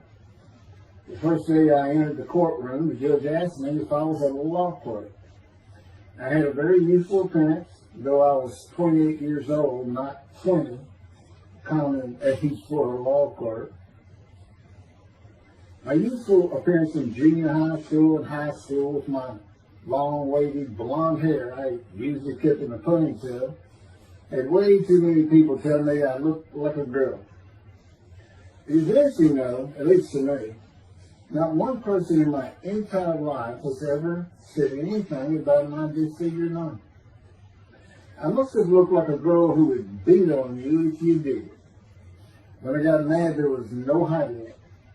You could see it in my face and hear it in my words. When I was 28, Brooke was born. I tried my first civil case, and the bane of my existence on earth began. A never-ending headache that I generally thought to be associated with post-traumatic stress disorder. I had terrible nightmares from my youth, but now I seem to have begun grinding my teeth, causing the temporal mandibular joint, TMJ, to ache terribly during the day, and the whole side of my head, the muscular, I don't know what you call it, but underneath the skin of the skull, was always real tight. The tightening of the muscles. It was difficult to even talk to people at some points. For 27 years I had that headache. I tried everything. Even surgery on the TMJ. And another surgery where the doctor severed my upper jaw and then trisected it from my skull and spaced it to fit my lower jaw. All to know that I could not stop the nightmares and the grinding of my teeth. Mouth guards helped my teeth, but the pressure was still there. I literally feared going to sleep. I didn't want to wake up the next day sometimes because I knew how bad the pain would be there again. It completely ended my dream of being a trial lawyer. So I got an associate position in an oil and gas firm and began learning how to prepare title opinions for oil and gas companies on tracts of land they plan to drill on. Basically, a title opinion is you start from sovereignty, which is when the state granted the land to someone, usually great, large tracts of land, and from there you get parceled out and cut up, and I'd be chasing one small tract within a very large one almost 200 years ago in the early 1800s, and I would have to create genealogical charts of heirship, for people who died without a will. And they had to know who the family members were. And I got very good at it. And I really enjoyed it. I did a small towns throughout Texas and into their courthouses where they would keep all the records of every transaction, of every piece of land in the county. But anyway, there's an awful lot to it. I do go into it in some detail in the book, but I'm not going to for this video.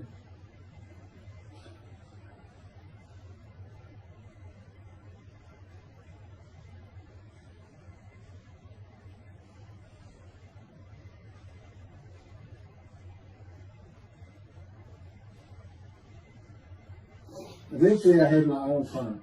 It's just me. In my own office, and I was doing very well, though billing hours for title work is generally lower than other areas of the law, by the hour. But I had also been involved in multi-million-dollar sales of production between oil and gas companies, probated wills, prepared affidavits of heirship, worked with landmen to fix title defects, appellate work, including arguments before justices, plea bargaining in criminal cases for defendants, and anything else that came my way. Then it all stopped, and once again I was fighting for my life in 2001. This is chapter 6, skin, colon, and lung cancer. Oh, just God would have me tell you, he gave me those headaches. When he came to me, I stopped having nightmares. He provides my dreams for me now, and often as a learning experience. But the grinding of the teeth, everything stopped, and I thought it was just because I wasn't having nightmares, and took away any symptoms of PTSD, for which I was receiving money from an insurance company for disability, partial disability, and that went on for about 7 years. Then one day we're out walking, year 7 of 13, and I had that headache. It just came. And I just stopped. And I said, "You got to be kidding. You did not give me those headaches." He said, "Yes, it is. It's necessary. You are considered the suffering servant of Isaiah 53. You had to suffer your entire life until you're suitable for my purpose." And that includes sitting every verse of Isaiah 53. At that time, I finally read it, 7 years into all this. It was about year 2, I think. But yeah, he did. And, you know, I ended up taking painkillers left and right and drinking with it, as so many people do. I was able to maintain, you know, my life, my work, and everything, but it was enough to put the strain on my marriage that I pretty much blamed myself for it. And I told him, I did this the only time I got hot. Dysphagia me, gut shot, those things, they didn't bother me. But I said, you know, you hurt my children terribly with that. Because I became a bad father. I mean, I wasn't the father I could be. I mean, they love me and I love them. We don't have any serious risks. They're off living their life and they're all doing great.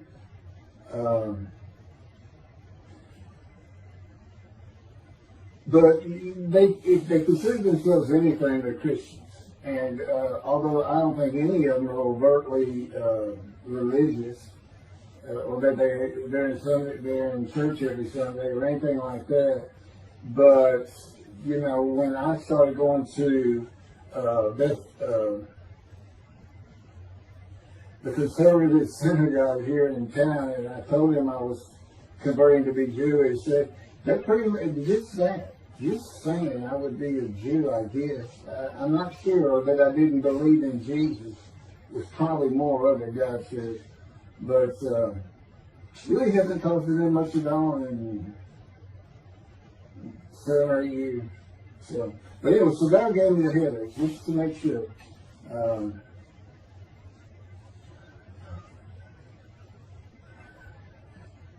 Anyway, I was married to Denise for 18 years, and we divorced in 1997 for irreconcilable differences. We agreed that she maintain custody of the children.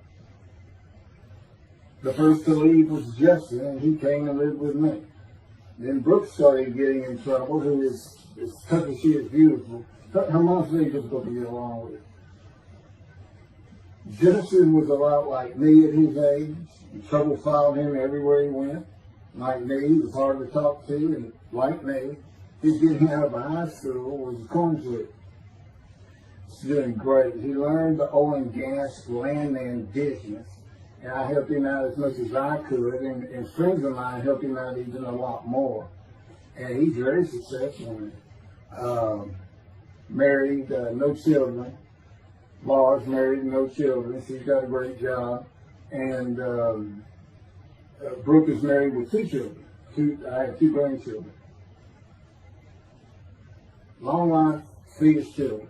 You'll see what I'm talking about, long life, when I get to lung cancer that God chose to crush me with. Something had to be done, and to make matters worse, Denise had met a man, and they were going to get married. But he didn't want Brooke. to be part of their new family, or Justin for that matter. He wasn't going to go stay with them anyway. Now, I had 2 of the children, and she had 1, but all still in her custody according to the divorce decree. So anyway, I stopped paying child support on those 2. But had not gotten around to the proper revision of the divorce decree when I took Justin and Brooke with me to live on the Big Island, Hawaii. Laura came with us to visit for a month. This oversight on my part resulted in Denise and now her 3rd husband filing papers in divorce court for past child support for all 3 children. For the time I had begun paying her 1/3 of the original amount. I represented myself. I had 1 contempt of court and was locked up for a day. But I never had to pay that money. By verbal agreement, I sent Laura back exactly 1 month later. I could not leave her out, and I wanted her to see where her brother and sister would be living. They were also close and protective of each other, and still are to this day. And she was so sad. One of the hardest and emotionally painful things I have ever done was put her on the plane back to Houston. I can't think of anything else. The backdrop to moving to Hawaii was my firm was in dire need of new work. But the oil and gas industry was down. It's always up and down. And my clients were not drilling. A landman I knew called and said his sister in Hawaii, a brilliant eye doctor, but not a good businesswoman, needed help resolving creditor issues stemming from her new offices and equipment purchases. I told him it was a good time for me, as things were slow, and who's going to turn that free expense trip to the Big Island, Hawaii. So I went and took care of everything without charge, but of course everything was paid for. When I came back to live in Hawaii at the urging of the doctor that I had helped, who did not like the look of an abrasion on my chest, and it had been there for years. I was examined by a friend of hers, and it was cancer. I don't remember what the doctor called it. He removed it in surgery with a 6-inch diameter circular cut, and it was not malignant. I could practice in just about any area of the law. And all I had to do was pass the Hawaii bar exam, one of the toughest in the nation. While studying to the bar, my body, all at once, in a moment, told me something bad was wrong with me. I had been running, swimming, and riding my bike everywhere I went, letting Justin have the car, and had been feeling good and strong.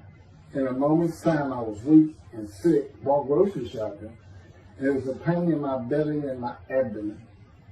I did not know it, but a large tumor in my colon had burst through my colon, and I was bleeding internally. I did not go to a doctor, which I guess is my nature. That, and I did not have medical insurance. Anyone asking for help, asking anyone for help unless things were at a critical stage, such as a bullet wound, was something I couldn't do. I mean, there's all kinds of personality disorders. I thought surely it would pass, and decided to just give it time and bear up to the abdominal and belly pain.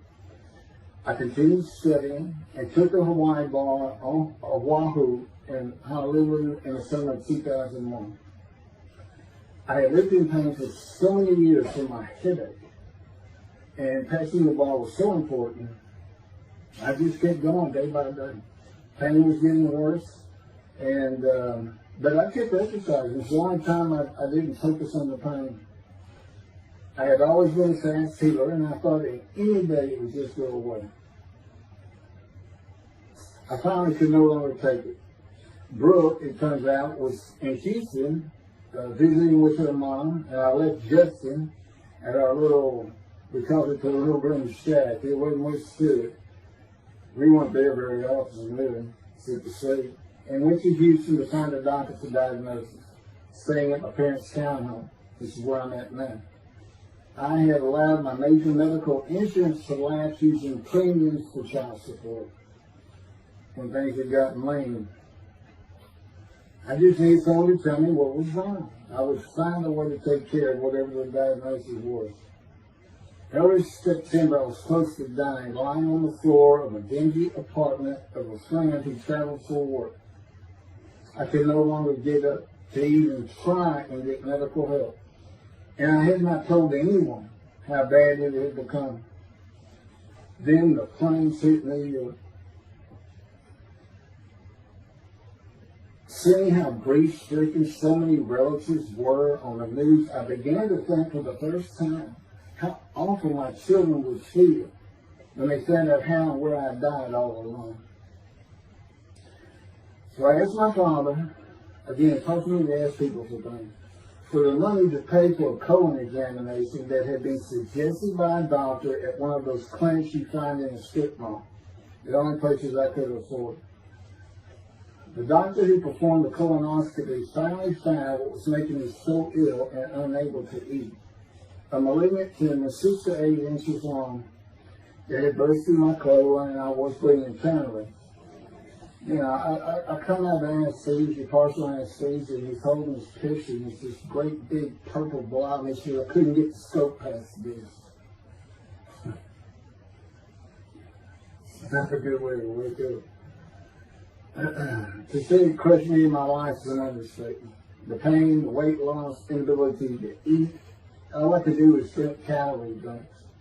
Began about 4 months before the colon examination. That was 4 months of sheer pain.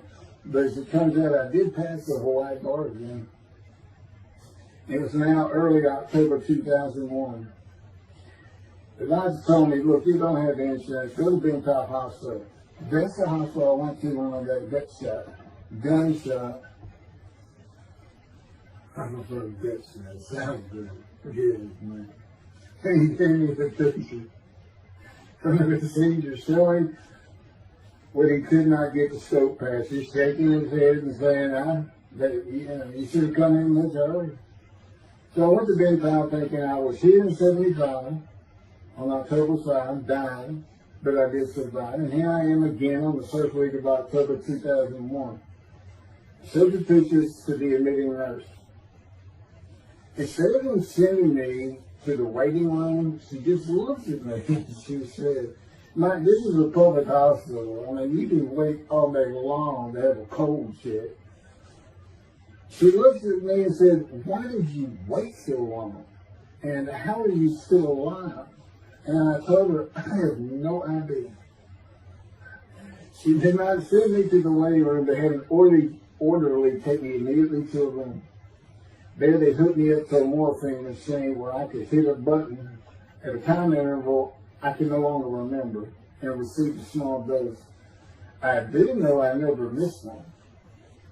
I was very depressed. My parents who waited in that line for admittance with me looked so sad and depressed. It was not one of my better days, though I finally had some pain relief. Day after day, I lay there waiting for the next test they would run. It was during this time I received notification that Denise had filed papers in the divorce court to recover monies for the time I was taking care of 2 of the children. That's also when I received notification from Hawaii that I had passed the bar exam. So, you know, Bentop Hospital, what a lifesaver. I mean, young surgeons in like Baylor University, medical schools, you know, it's a prime position to get your hands on if you're going to be a surgeon. Because you're in surgery all day long and all night long as you can stand up. They're bringing people in. It's just a real hot spot in Houston and a great hospital. But it's not a place you want to stay. You really don't. My doctor would come in and be out so fast, I never knew what was going on. He did tell you my previous surgery to my abdomen, where they opened me up from stem to sternum, complicated removal of the tumor.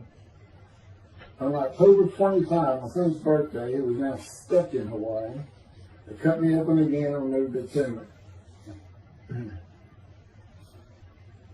It was about a week or so later, I was released and was scheduled for chemotherapy. I returned to the dingy apartment all alone, and I just stared at the television for weeks. I did, and chemo so depressing for those who had to go into it. A small room with big chairs for about 20 people who all looked like death, including me. Everyone with an assortment of bags of chemo dripping into our arms for hours. It took about 8 hours before I really got sick from it. And I had to park a long way to avoid paying for parking and drive a long way to the apartment. It was a very gloomy fall and winter. When I completed my chemo of once a week for 6 or 9 months, more tests were scheduled. I do not remember how many months the chemo lasted. I do remember I did not finish, missing the last 3 sessions. At the end, I could not get out of the door without bursting into tears and just not going. It just wore me down to nothing. On the right side, it was my door. I had my own apartment called the Loft. It was brand new and very nice on a bayou close to downtown Houston with a running trail alongside it and lots of woods near Memorial Park where I had been running a 3-mile circuit since high school. I returned to being called for follow-up tests, including x-rays of my chest, and the colon cancer had not returned then and to this day. The chest x-rays were another matter entirely. The doctor told me he had bad news and showed me the x-rays telling me the white spots I was seeing was cancer. They were everywhere. Lungs full of cancer, he said, at a stage I could not be treated with any success. My dad was with me, and I asked the doctor, well, what does that mean? And when he said you need to prepare for death, the look on my father's face was so sad and hurt at the same time I'll never forget. And we've been through some tough things in this house, every house we've been in. It didn't affect me one bit. I did not feel anything. I was too deep down from the chemotherapy to care I did.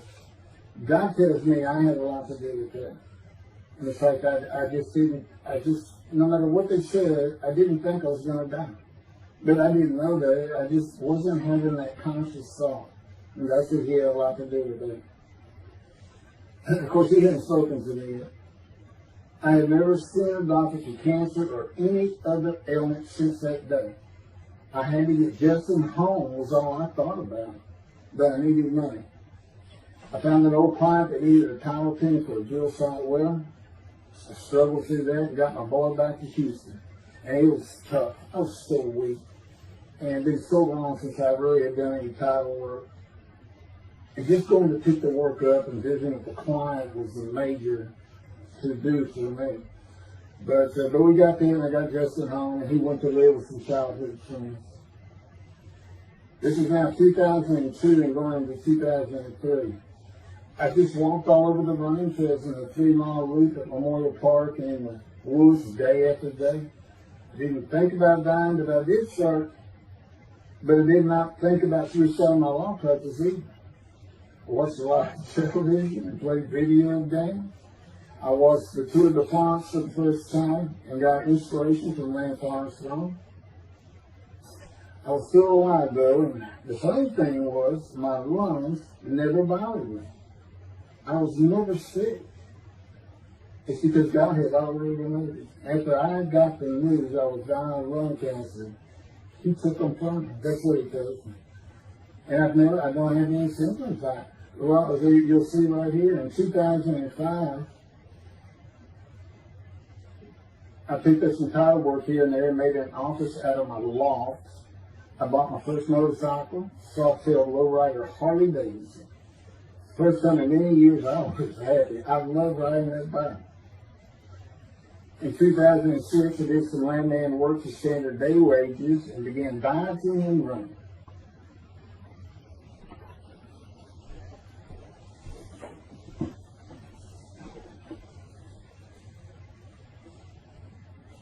Now, once again, my camera only goes for 29 minutes and 59 seconds. And I'm going to back up just a little bit. In 2006, I did some land work for standard day wages and began diving and running. I had never been a swimmer in terms of training for it. I love the water and swimming, but I never trained with laps of different paces and various distances. Mostly because I was so slow, because of my right arm. I was reaching an age, though, where endurance in my running was more important than speed. And so endurance swimming was too. In Hawaii, I had seen the athletes come to Kailua Kona, where we live and where the Ironman triathlon begins and ends. Matter of fact, my little green shack was just right on the route where they start. That was a fun week. It was amazing watching the athletes train and prepare for the race. I would think to myself, a human being, a human body cannot do what they are doing. If they were and they did. It's just amazing. I decided to learn how to swim more efficiently and how to train for distance and endurance.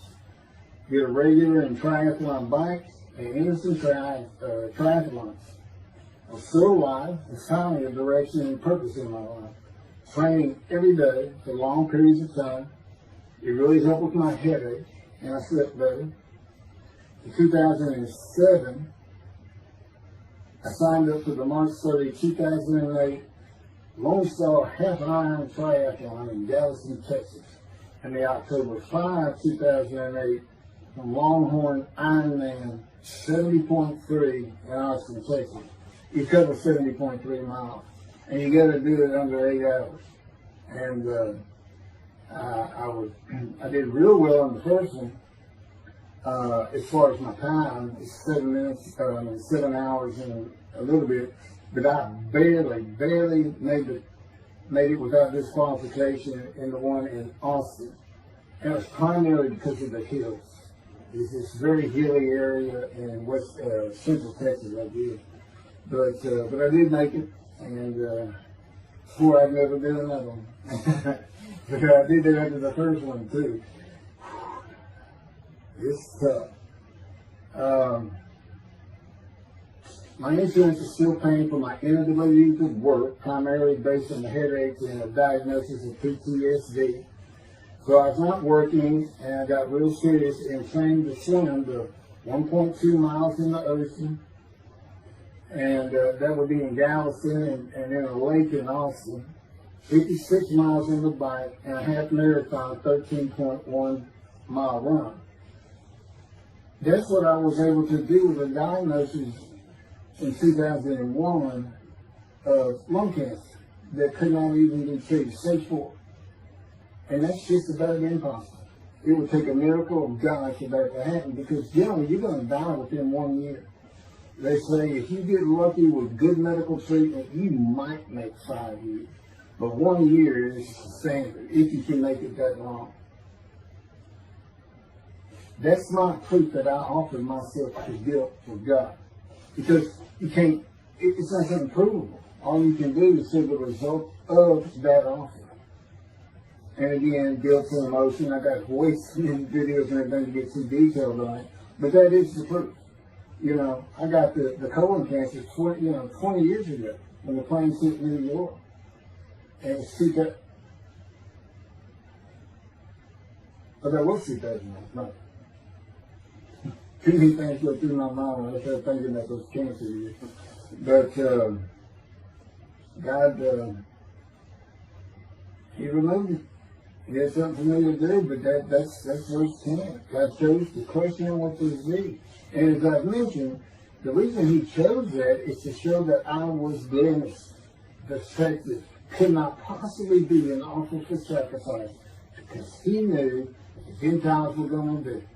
They were going to put an unblemished lamb in there and call the Jewish people's Bible their own, and use the laws of Leviticus, not unlike Mr. Toby the Singer and his 6 million blemished lamb sacrifice by Hitler, the righteous servant of God. How that seems to read. He's welcome to respond any way he wants to do that, but it's on the video, it's in the book, it's in quotes by him from his midrash, from his site, and he said, share this with everybody. Everybody can take it. Just share how great my knowledge is. Well, it's lacking in some areas. There's no question he's an intelligent man, but his reasoning capabilities, in my opinion, at least it's Isaiah 53, are severely wanting. I am that man. And God's going to give Christians hell with it and with me. Just like I just heard this for the first time on the video. When all of a sudden he had me say that Jesus announced he wasn't the man of Isaiah 53 on the cross when he said, Father, Father, Father, why are you forsaking me? Because he was about to die.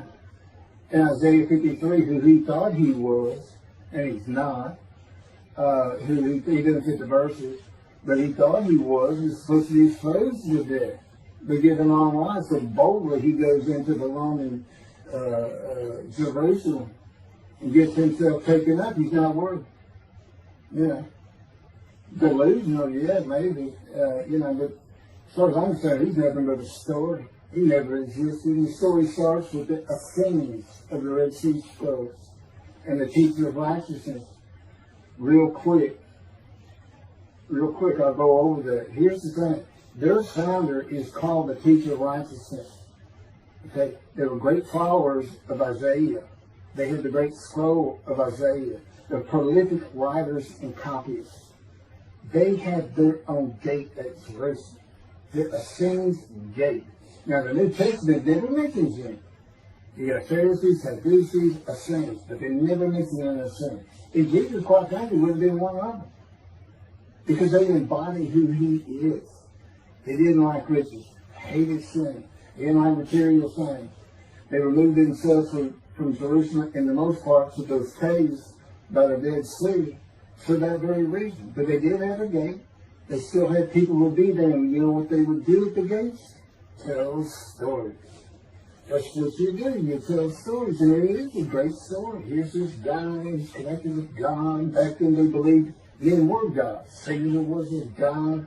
Over in Egypt you had the same thing going on. It's a common thought that men could be gods.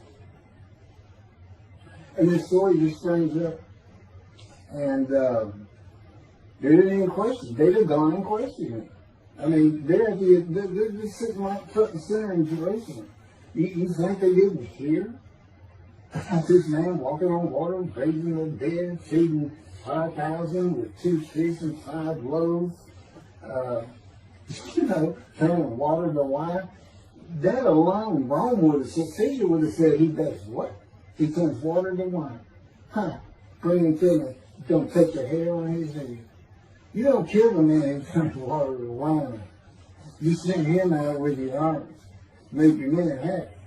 It's there's so many ridiculous aspects to it. Most particularly, God performed a human sacrifice for the sinning Gentiles. He left the sinning Jews for the sinning Gentiles. But he gives them an out, these Gentiles, not his son. He gives them an out. I know, I'm going to kill my son for you. So that you'll be forgiven of violating my commandments and laws. If anybody knows God, and the Jews do, and I know him like nobody's business, that's not him. That's not him. I mean, he told the Jews, I'm never going to leave you, but I will punish you. Now that's him. That's him. And he'll put you through hell just to make you a better person, a better people. And he has no plans to change it, man. He's not going to change the minds and the thinking of billions of people to make them love the Jew. He's just not going to do it. And the practicality is, he didn't create man for him to even be able to do that. Now, he could have created humanity where he could do that. He could change the mind of everybody at the same time. I'll tell you on this, he's been working on my mind for 13 years. It is one brutal compromise. It's a very one-on-one affair. Now he says, now I could just kill everybody. Now, that's easy enough. That's easy. I could just kill everyone, but He said, that's not, it's all about this. You got to know how to read the Bible. It's written for antiquity first, and the Dark Ages, and then the Age of Enlightenment. I mean, basically, he's saying you've got to go back over it. You've got to check these guys. You've got to check Rambam and his speech. God's going to make the world speak Hebrew. Or, they will be the pure. So you've got to check some of this stuff. And I read Rashi's, I went through his Isaiah 53 manuscript, and all I can say is very impressed. I see what he has to say in Malachi. He didn't pick up on any of this. He didn't know what the angel of the Lord is, the angel of the covenant that you desire. He doesn't know how Moses goes by a burning bush is not consumed. The angel of the Lord is in there, and God speaks. I do. To me, it's just like, well, it's just some basic concepts, and all of a sudden, and quite frankly, it'll open up the scripture to the Jews. They can put the Talmud aside for a little while. But I will say this. God says, if you can study it, study it. There's all kinds of great things in it. Just be real careful about what you teach in it. And it's useful for heaven. If you like to talk about Talmud as a scholar with other Jews, who may very well be in a scroll of remembrance with you, you can meet up with them. Just see them in the meeting places, have them over to your room. Y'all can watch the new earth being created and the new peoples of God chosen, and watch the evolution of the chosen people. And humanity, the same as this one. God says, why would I change? Why would I change it? When I did it, it was perfect. And you can tell the sin of that. The evolution that he's talking about, where all of a sudden the world's going to love the Jews, been going on for over 3,000 years, and it hadn't even. And today, anti-Semitism is up, and David is here. It's not going to happen. Thank you very much. I will be doing, was that 5 and 6? Yeah, that was 5 and 6. Now the book picks up at chapter 7. It's on a video when God first speaks to me. And it's just very interesting. And we'll still be putting some videos out. But I've pretty much covered all the major material. Everything from Isaiah 53, the day of the word, Lord. There's a few more things. And it's a better read than it is a video watch. But, for those who like to read. But it's covered very well in these videos. And now that I put in the personal part in, which is to show how I see Isaiah 53, and you see the difference in my life. Now, that's a life of suffering. That's a life of pain. That's a life of familiar with disease. They said, gee, when he died on the cross, he stirs. He was scourged, this and that. Do you know how much he suffered in his life? I mean, he's not even in the conversation as the man of suffering. He's not in the conversation. Thousands and thousands and thousands of people died from horrific deaths back then, and by crucifixion. Not the only one. This is descriptive of a man and his life, so you can find him, identify him. And what did he do? He never suffered. He never sick, ever, until the last day of his life. 30 years old, he got one day, but under his belt is pain and suffering.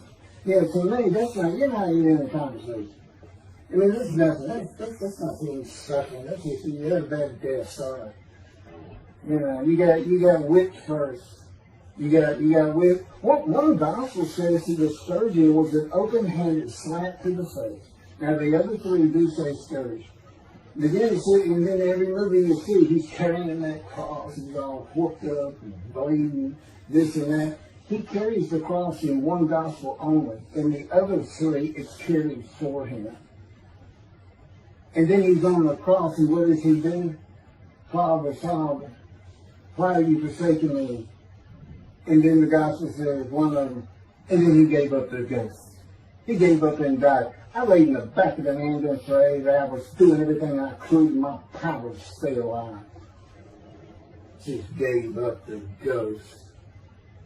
There's another video where we make that a little bit more humorous. Anyway, thank you for listening, and I guess that's it. Thank you.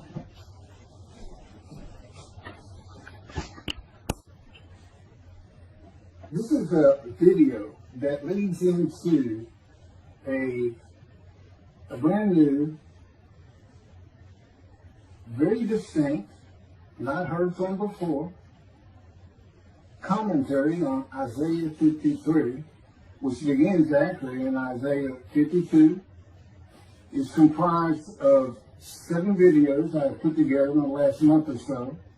And I'm just putting them all together with a lead-in video explaining these things and why it's so new, novel, and has such a different view of the scripture from that which Judaism teaches regarding a Messianic era when David comes, the descendant of David. They often refer to him as King Moshiach.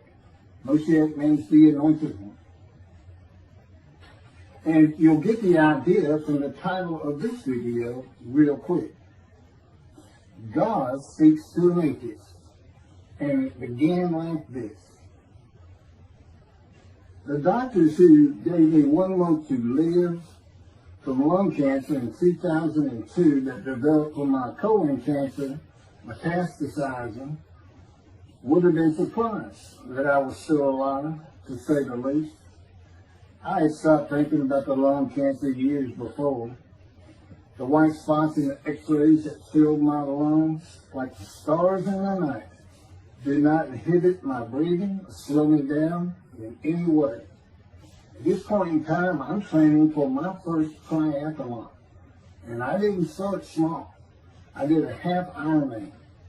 It's 1.2 miles swimming in an ocean, 55-mile bike ride, and half marathon, 13 miles. They call it the 90.3. One Saturday in the fall of 2007, I was cooking lunch in my small kitchen, post-divorce, and at the stove, when God said, from just a little behind me, as though somebody was speaking to me right here, and above my right shoulder, which is this figure, wash your hands. I turned around to the sink, washed my hands, and turned back to the stove. Now understand, I've been an atheist for 50 years. I mean, I completely denied the existence of God. And then from right here, a small, quiet voice, like an account they had with Elijah at the cave, said, wash your hands. And I simply turned around, washed my hands, and went back to the stove. I didn't say a word to him. I didn't even keep thinking about it. I just did it. That was it. It was as though he had always been there. Just as to Adam. That's what I liken it to. And he dictated this to me. This is from my book, the book of my life that God dictated to me. It's called The Righteous Servant of God of Isaiah 53. No, the life of God's righteous servant of Isaiah 53. And he put it together. And he did it because he actually came to me, as Jeremiah would say, in the womb, but in my first year of life. And like Ezekiel, lit and entered me. So that part of chapter 11 of Isaiah happened well over 62 years ago. That's when that happened. That's when Moshiach was here. For all these rabbis and commentators who have been saying, he's here, no, he's here. Well, he's been here, I've been here a long time, I just wasn't prepared and hadn't even heard his voice yet. But what he did, with Jeremiah, he made sure he was a priestly, godly man and guided his life. With me, it was to make sure I fit every single verse of Isaiah 53 as only I can explain it, what it's for, what it all means, and live a life of suffering familiar with disease. God chose to crush him with disease that he would offer himself for guilt and receive long life to see his children. That's not proof that it happened. It told me 20 years ago, we can't treat this lung cancer. It's too advanced. You're going to die. And you're going to die real soon. You need to prepare for it. And it did crush my life. I stopped work. I just kept waiting to die. And I'm dying now. I'm training at this point in 2007. I'm training for a triathlon. I finally said the heck with it all. And that's the proof. Crushed with disease, exposed to death. That's in verse 12. Exposed to death. And here I am, 20 years later, still going. Haven't seen a doctor since. Never received any treatment, which is unheard of with lung cancer. And I had colon cancer before that, and I had skin cancer. I'm a man familiar with disease, that God chose to crush the disease. And these 7 videos put together as one, obviously I wouldn't ask or want, and I couldn't do it. To listen to them all at one time, but I know you can mark your thoughts and everything.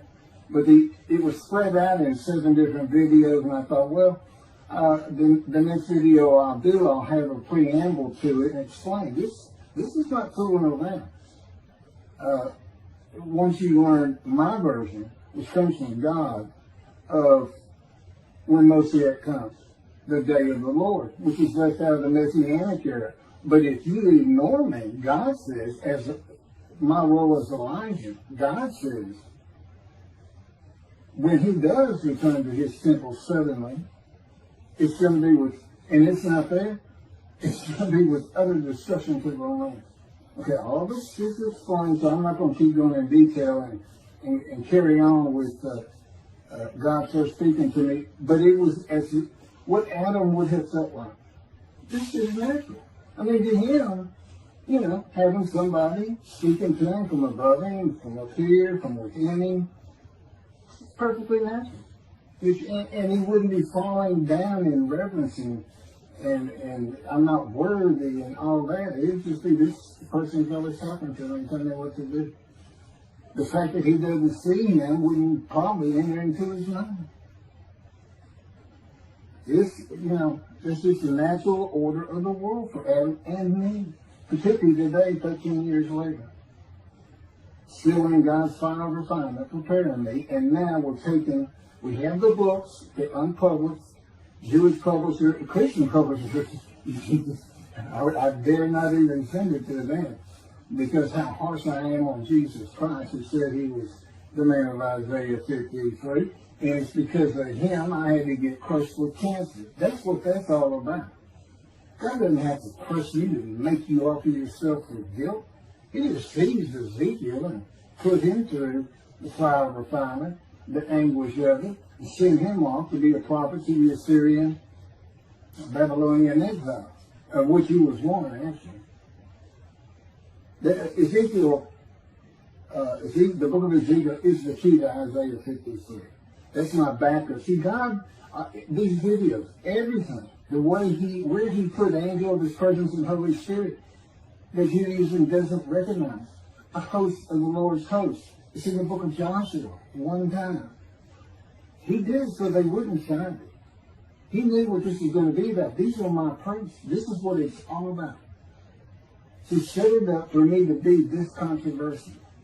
You just got to take the Messianic era of Judaism and toss it out the window. And you'll understand why, when God has me explain it to you, he controls everything I do, think, and say. Finishing preparing lunch and ready to watch a Texas A&M football game, I headed to the living room, and God said, "Get a napkin." I turned back to the kitchen and got a paper towel. Sitting on the couch from about the same place. Sitting on the couch with the television on and my plate in my lap, God said, "Get your TV tray." I got up, set my TV tray in front of me, and placed my plate on it, began eating and watching the game. That night, I was in bed reading a book. From the doorway, God said, "Tomorrow we're going to Bed Bath & Beyond, the store, to buy a shower curtain, sheets, pillowcases, and shopping journals for things that you need." I said, "Okay." and continue reading my book. That's God spoke to an atheist. That's how it started. We call it the early years now. Talk about it. It was so different from the way things are and all the same in the same breath. And I have since done this. It was by his power upon my emotions and thoughts that his presence with me was though he had always been there. In other words, when you read in the Hebrew Bible, God calls somebody's name like little Samuel, and he says, here I am. Here I am. Now there's some accounts of people falling to the ground, but he can put a silent knowing to you. He can put knowledge within you, your mind, where you never hear a word from it. In other words, put into your mind, the God of all creation is about to speak to you. And he doesn't have to say, stay calm. He controls emotions. He's saying, Keith, I created emotions. And there's nothing I can't do with yours and believe me. It's just that rooting. I'm not going to get it all there. This story goes on. It turns out he had been like Jeremiah from the womb, and he passed by that. I've never been affiliated with any church or synagogue. I've never had any teaching from yeshiva or seminary. Throughout my life, I did not. Let's put it this way. I was the actual opposite of Jesus Christ. Actual opposite. I'm a sinner. You know, I mean, he took me back. He said, look. Yeah, because I said, well, I wasn't that bad of a sinner. I was. He said, feel it. He'll go off in vision like the story of Scrooge and the Ghost of Christmas Past. I started getting smart with him. This is just talking friend to friend. I can talk to him like he's just a buddy sometimes. There is a line I know not to cross. I said, why would you call that a sin? Why is that a sin? He said, keep it a sin. You lied. I said, you did, but if I didn't lie, I was going to jail. He said, but that don't make it good. I said, well, which comes first? Going to saving yourself? Or lying and so what? I didn't believe in you anyway. I wasn't worried about going to hell either. I didn't think about this thing. He's telling me, man, I didn't let you. This is why I was with you from the get-go. He wanted me to be fresh. No preordained, settled in thoughts and beliefs on anything. Of course, I grew up in Texas for the most part, so it would have been Christianity. I didn't associate with anybody who was religious. I didn't even know what the term Jesus meant. I didn't even know that Jesus died for my sins, supposedly, in their theology. And I didn't know that there was a problem between Judaism and Christianity. Jews and Christians, I didn't know that. I had plenty of Jewish friends. And, you know, I was in the late 60s, 70s. My formative went into my teen years, and you know, he treated everybody as an equal. I never thought about it, including African Americans, who in my day we just said black. I guess it doesn't go anymore. But they're great friends of all kinds. My best friend, I didn't even know he was Jewish until I saw him on Facebook 40 years later. So anyway, let me jump ahead. Okay, this is how God communicates with mankind. This is what the prophets are all about. It's not just Ezekiel, a spirit lit and entered into me. At that moment, God was speaking. And then he says, at that moment, a spirit entered into me, and then I could hear God's words. So he's saying, and that means God is in his spirit. And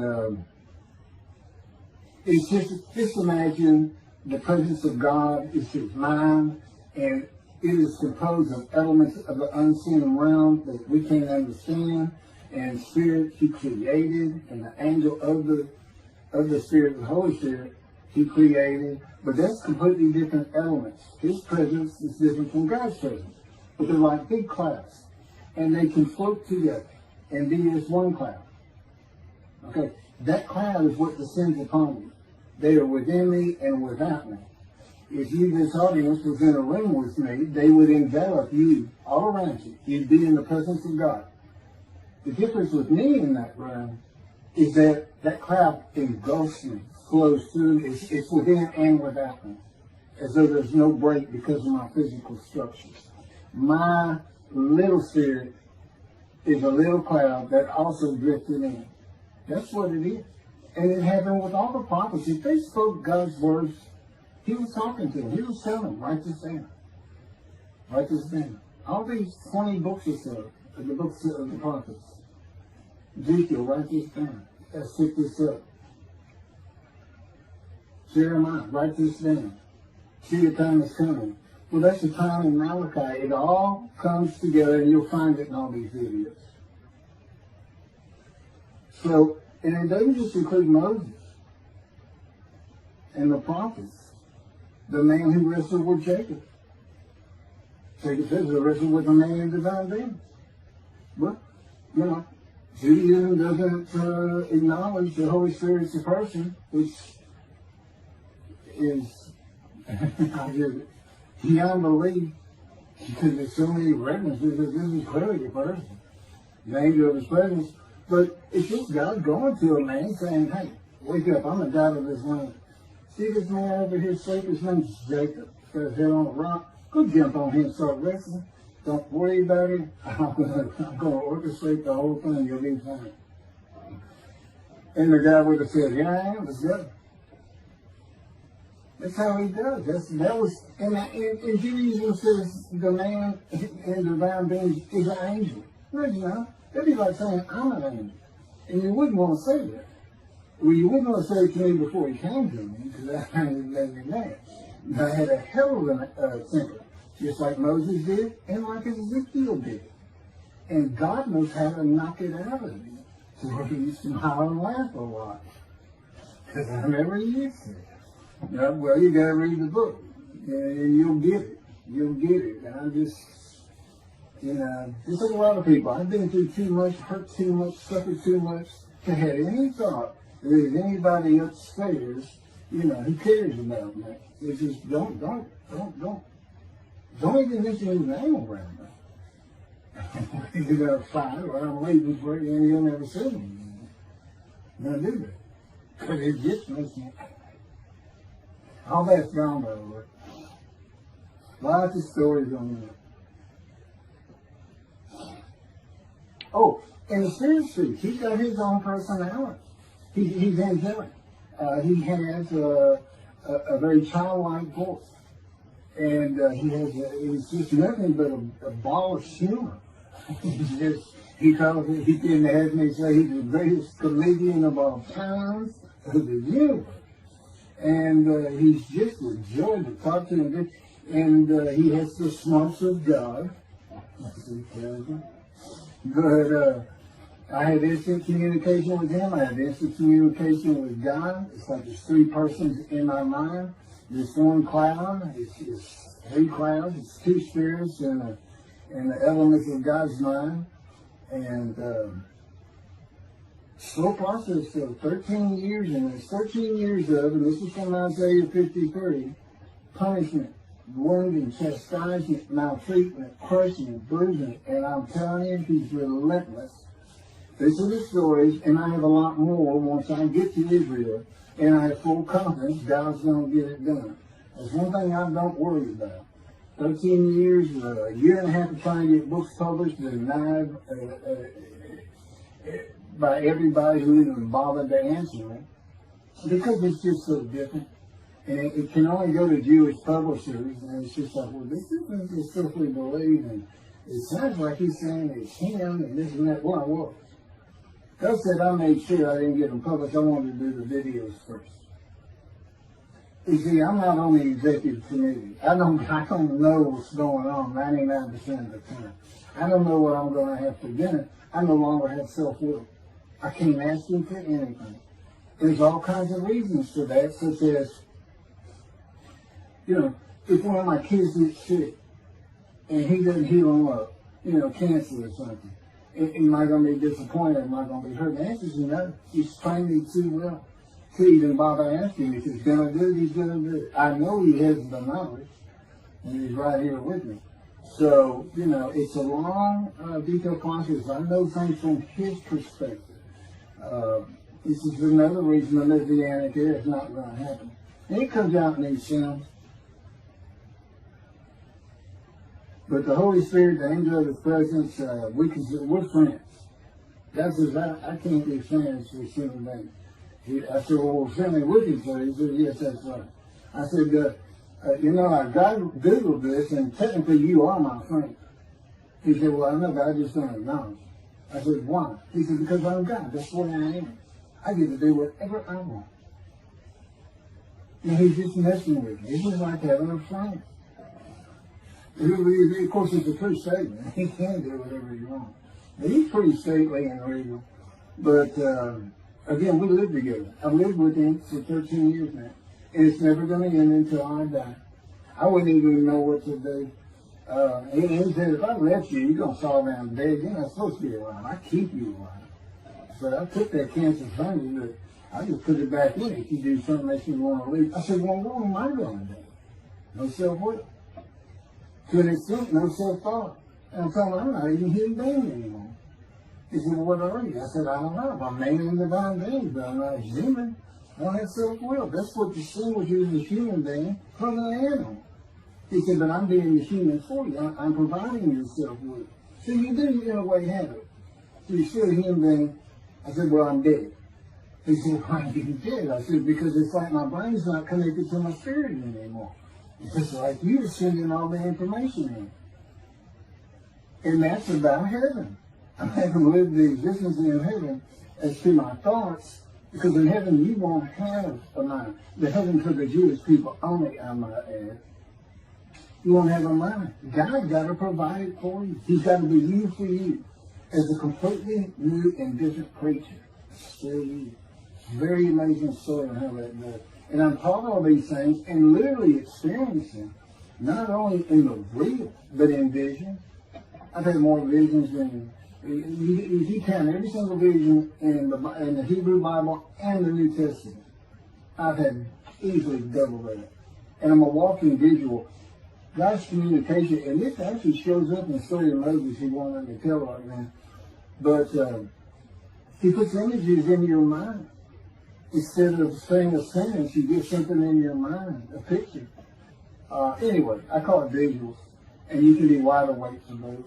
And I can be in vision wide awake. Okay, so we finished our shopping. You get shower curtains and everything. And God said, let's go to the bookstore and get you a Tanakh. To which I replied, well, what's the Tanakh? I didn't. Hebrew Bible, okay. Well, I know the Holy Bible, the New Testament and Old Testament. And on we go. My son to learn for the first time. At Barnes & Noble, we looked at all the Hebrew Bibles and purchased the Jewish Publication Society's Tanakh, the Holy Scriptures, which is a translation that began in 1956 and was published in 85. And then he spent 30 years on the Leningrad Codex, the oldest Hebrew Bible in existence. It starts from scratch. I hear these rabbis and people say, well, I know what these translations are, this and that, and this, and God says, just go with the JP is. They hit it right just about every single time. I've only found one thing that I don't understand how they miss it. But it's in 53. It's the 1985 edition. That's the best translation you can get out there. And I don't just hear God say to me. His presence is heavy. And I'm also, it says he pinned Ezekiel's arms behind his back with his cords of power. And by his cords of power, Ezekiel could not leave his house. That's in Isaiah 53. He took him from the land of the living. Took him from society. The man of Isaiah 53 lives, so he's taken from society, but that doesn't, from the land of the living, that doesn't mean he died.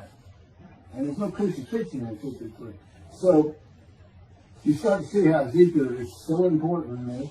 And that's where you find out about the covenants of friendship that come with God in the day of the Lord when Moshiach comes. Again, you don't hear anything about it in this Messianic era. I'll tell you this. I think the Jewish people are going to like this better. I think throwing out all that rubbish Judaism been teaching from back in antiquity, that's where they're stuck, and see what's really going to happen with God coming back, a man in divine being, with the capabilities of Moses, Elijah, the descendant of David, all their attributes, okay, are in me. I can be each and every one of them, and I can be all four of them at one time. And God can speak to me. So, it's going to be fun, and he wants his temple rebuilt. That's the purpose of Isaiah 53. It says, a purpose which not possible of God. But it doesn't tell us what the purpose is. Well, we find it in Malachi 3. I sent my messenger before me to clear the way for me, and I should return to my temple suddenly. But the covenant that comes with David says, I'm going to place my sanctuary amongst you. He already knows it's not going to be there. And then we have Elijah in Malachi 3. Well, he's got a purpose that might prosper. And if it doesn't, God comes with utter destruction to the land. And again, you don't hear it with the Messianic era. Utter destruction to the land. To 7 million Israeli Jews. How can you not read that and go, that sounds an awful lot like, I'm going to raise up armies against you. How can you just ignore that? Well, anyway, we're going to see stuff. And the purpose that might prosper, I never believed that. I think they just puts the man of the righteous servant of God in 53. I think that puts him with, he's got the same purpose as Elijah. Elijah's supposed to bring the families back together through the laws and teachings God gave Moses, or being mindful of them. That's the new covenant. It's an amendment. It's an amendment that also has a new inclusion of sin forgiveness. Over the last 63 years, God's presence has resided in Texas, Louisiana, Florida, and Hawaii. And he is more than ready to return to his land, Israel.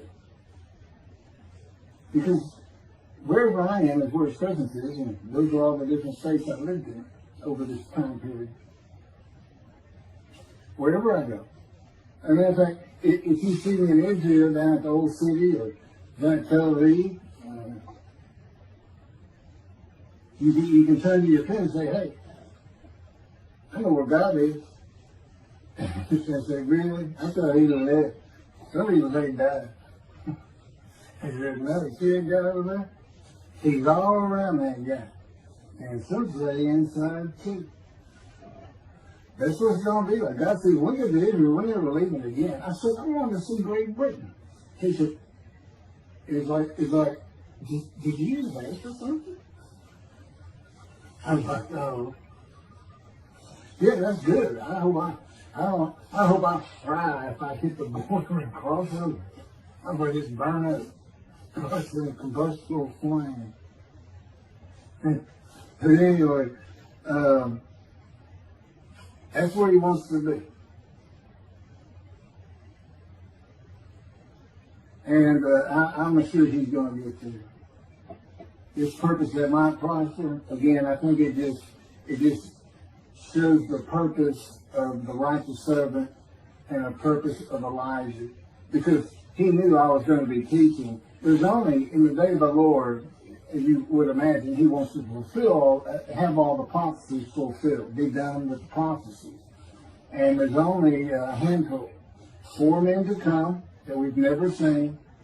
The descendant of David, prophet like Moses, Elijah, and of course the righteous servant. We only had one description.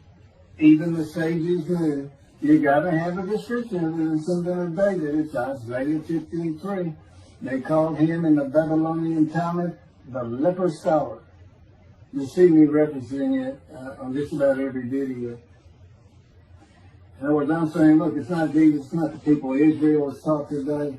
It's this guy from the Talmud that just hadn't come yet. You just didn't have a man that fit the description. Well, you do now. And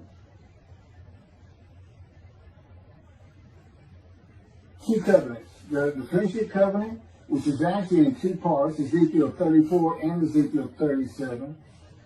One part of which is, I'm going to put my sanctuary amongst my people. And the other part, interestingly enough, has to do with the land blooming again, which is Jeremiah 31. See, a time is coming, the land will bloom again. See, a time is coming, the cities after desolation of many years, 2,000 plus actually, will be restored and Jerusalem rebuilt. And the Jews shall never be defeated again. Okay, now we just talked about other discussion likened to armies being raised. But here it is in this friendship covenant, Jerusalem being rebuilt.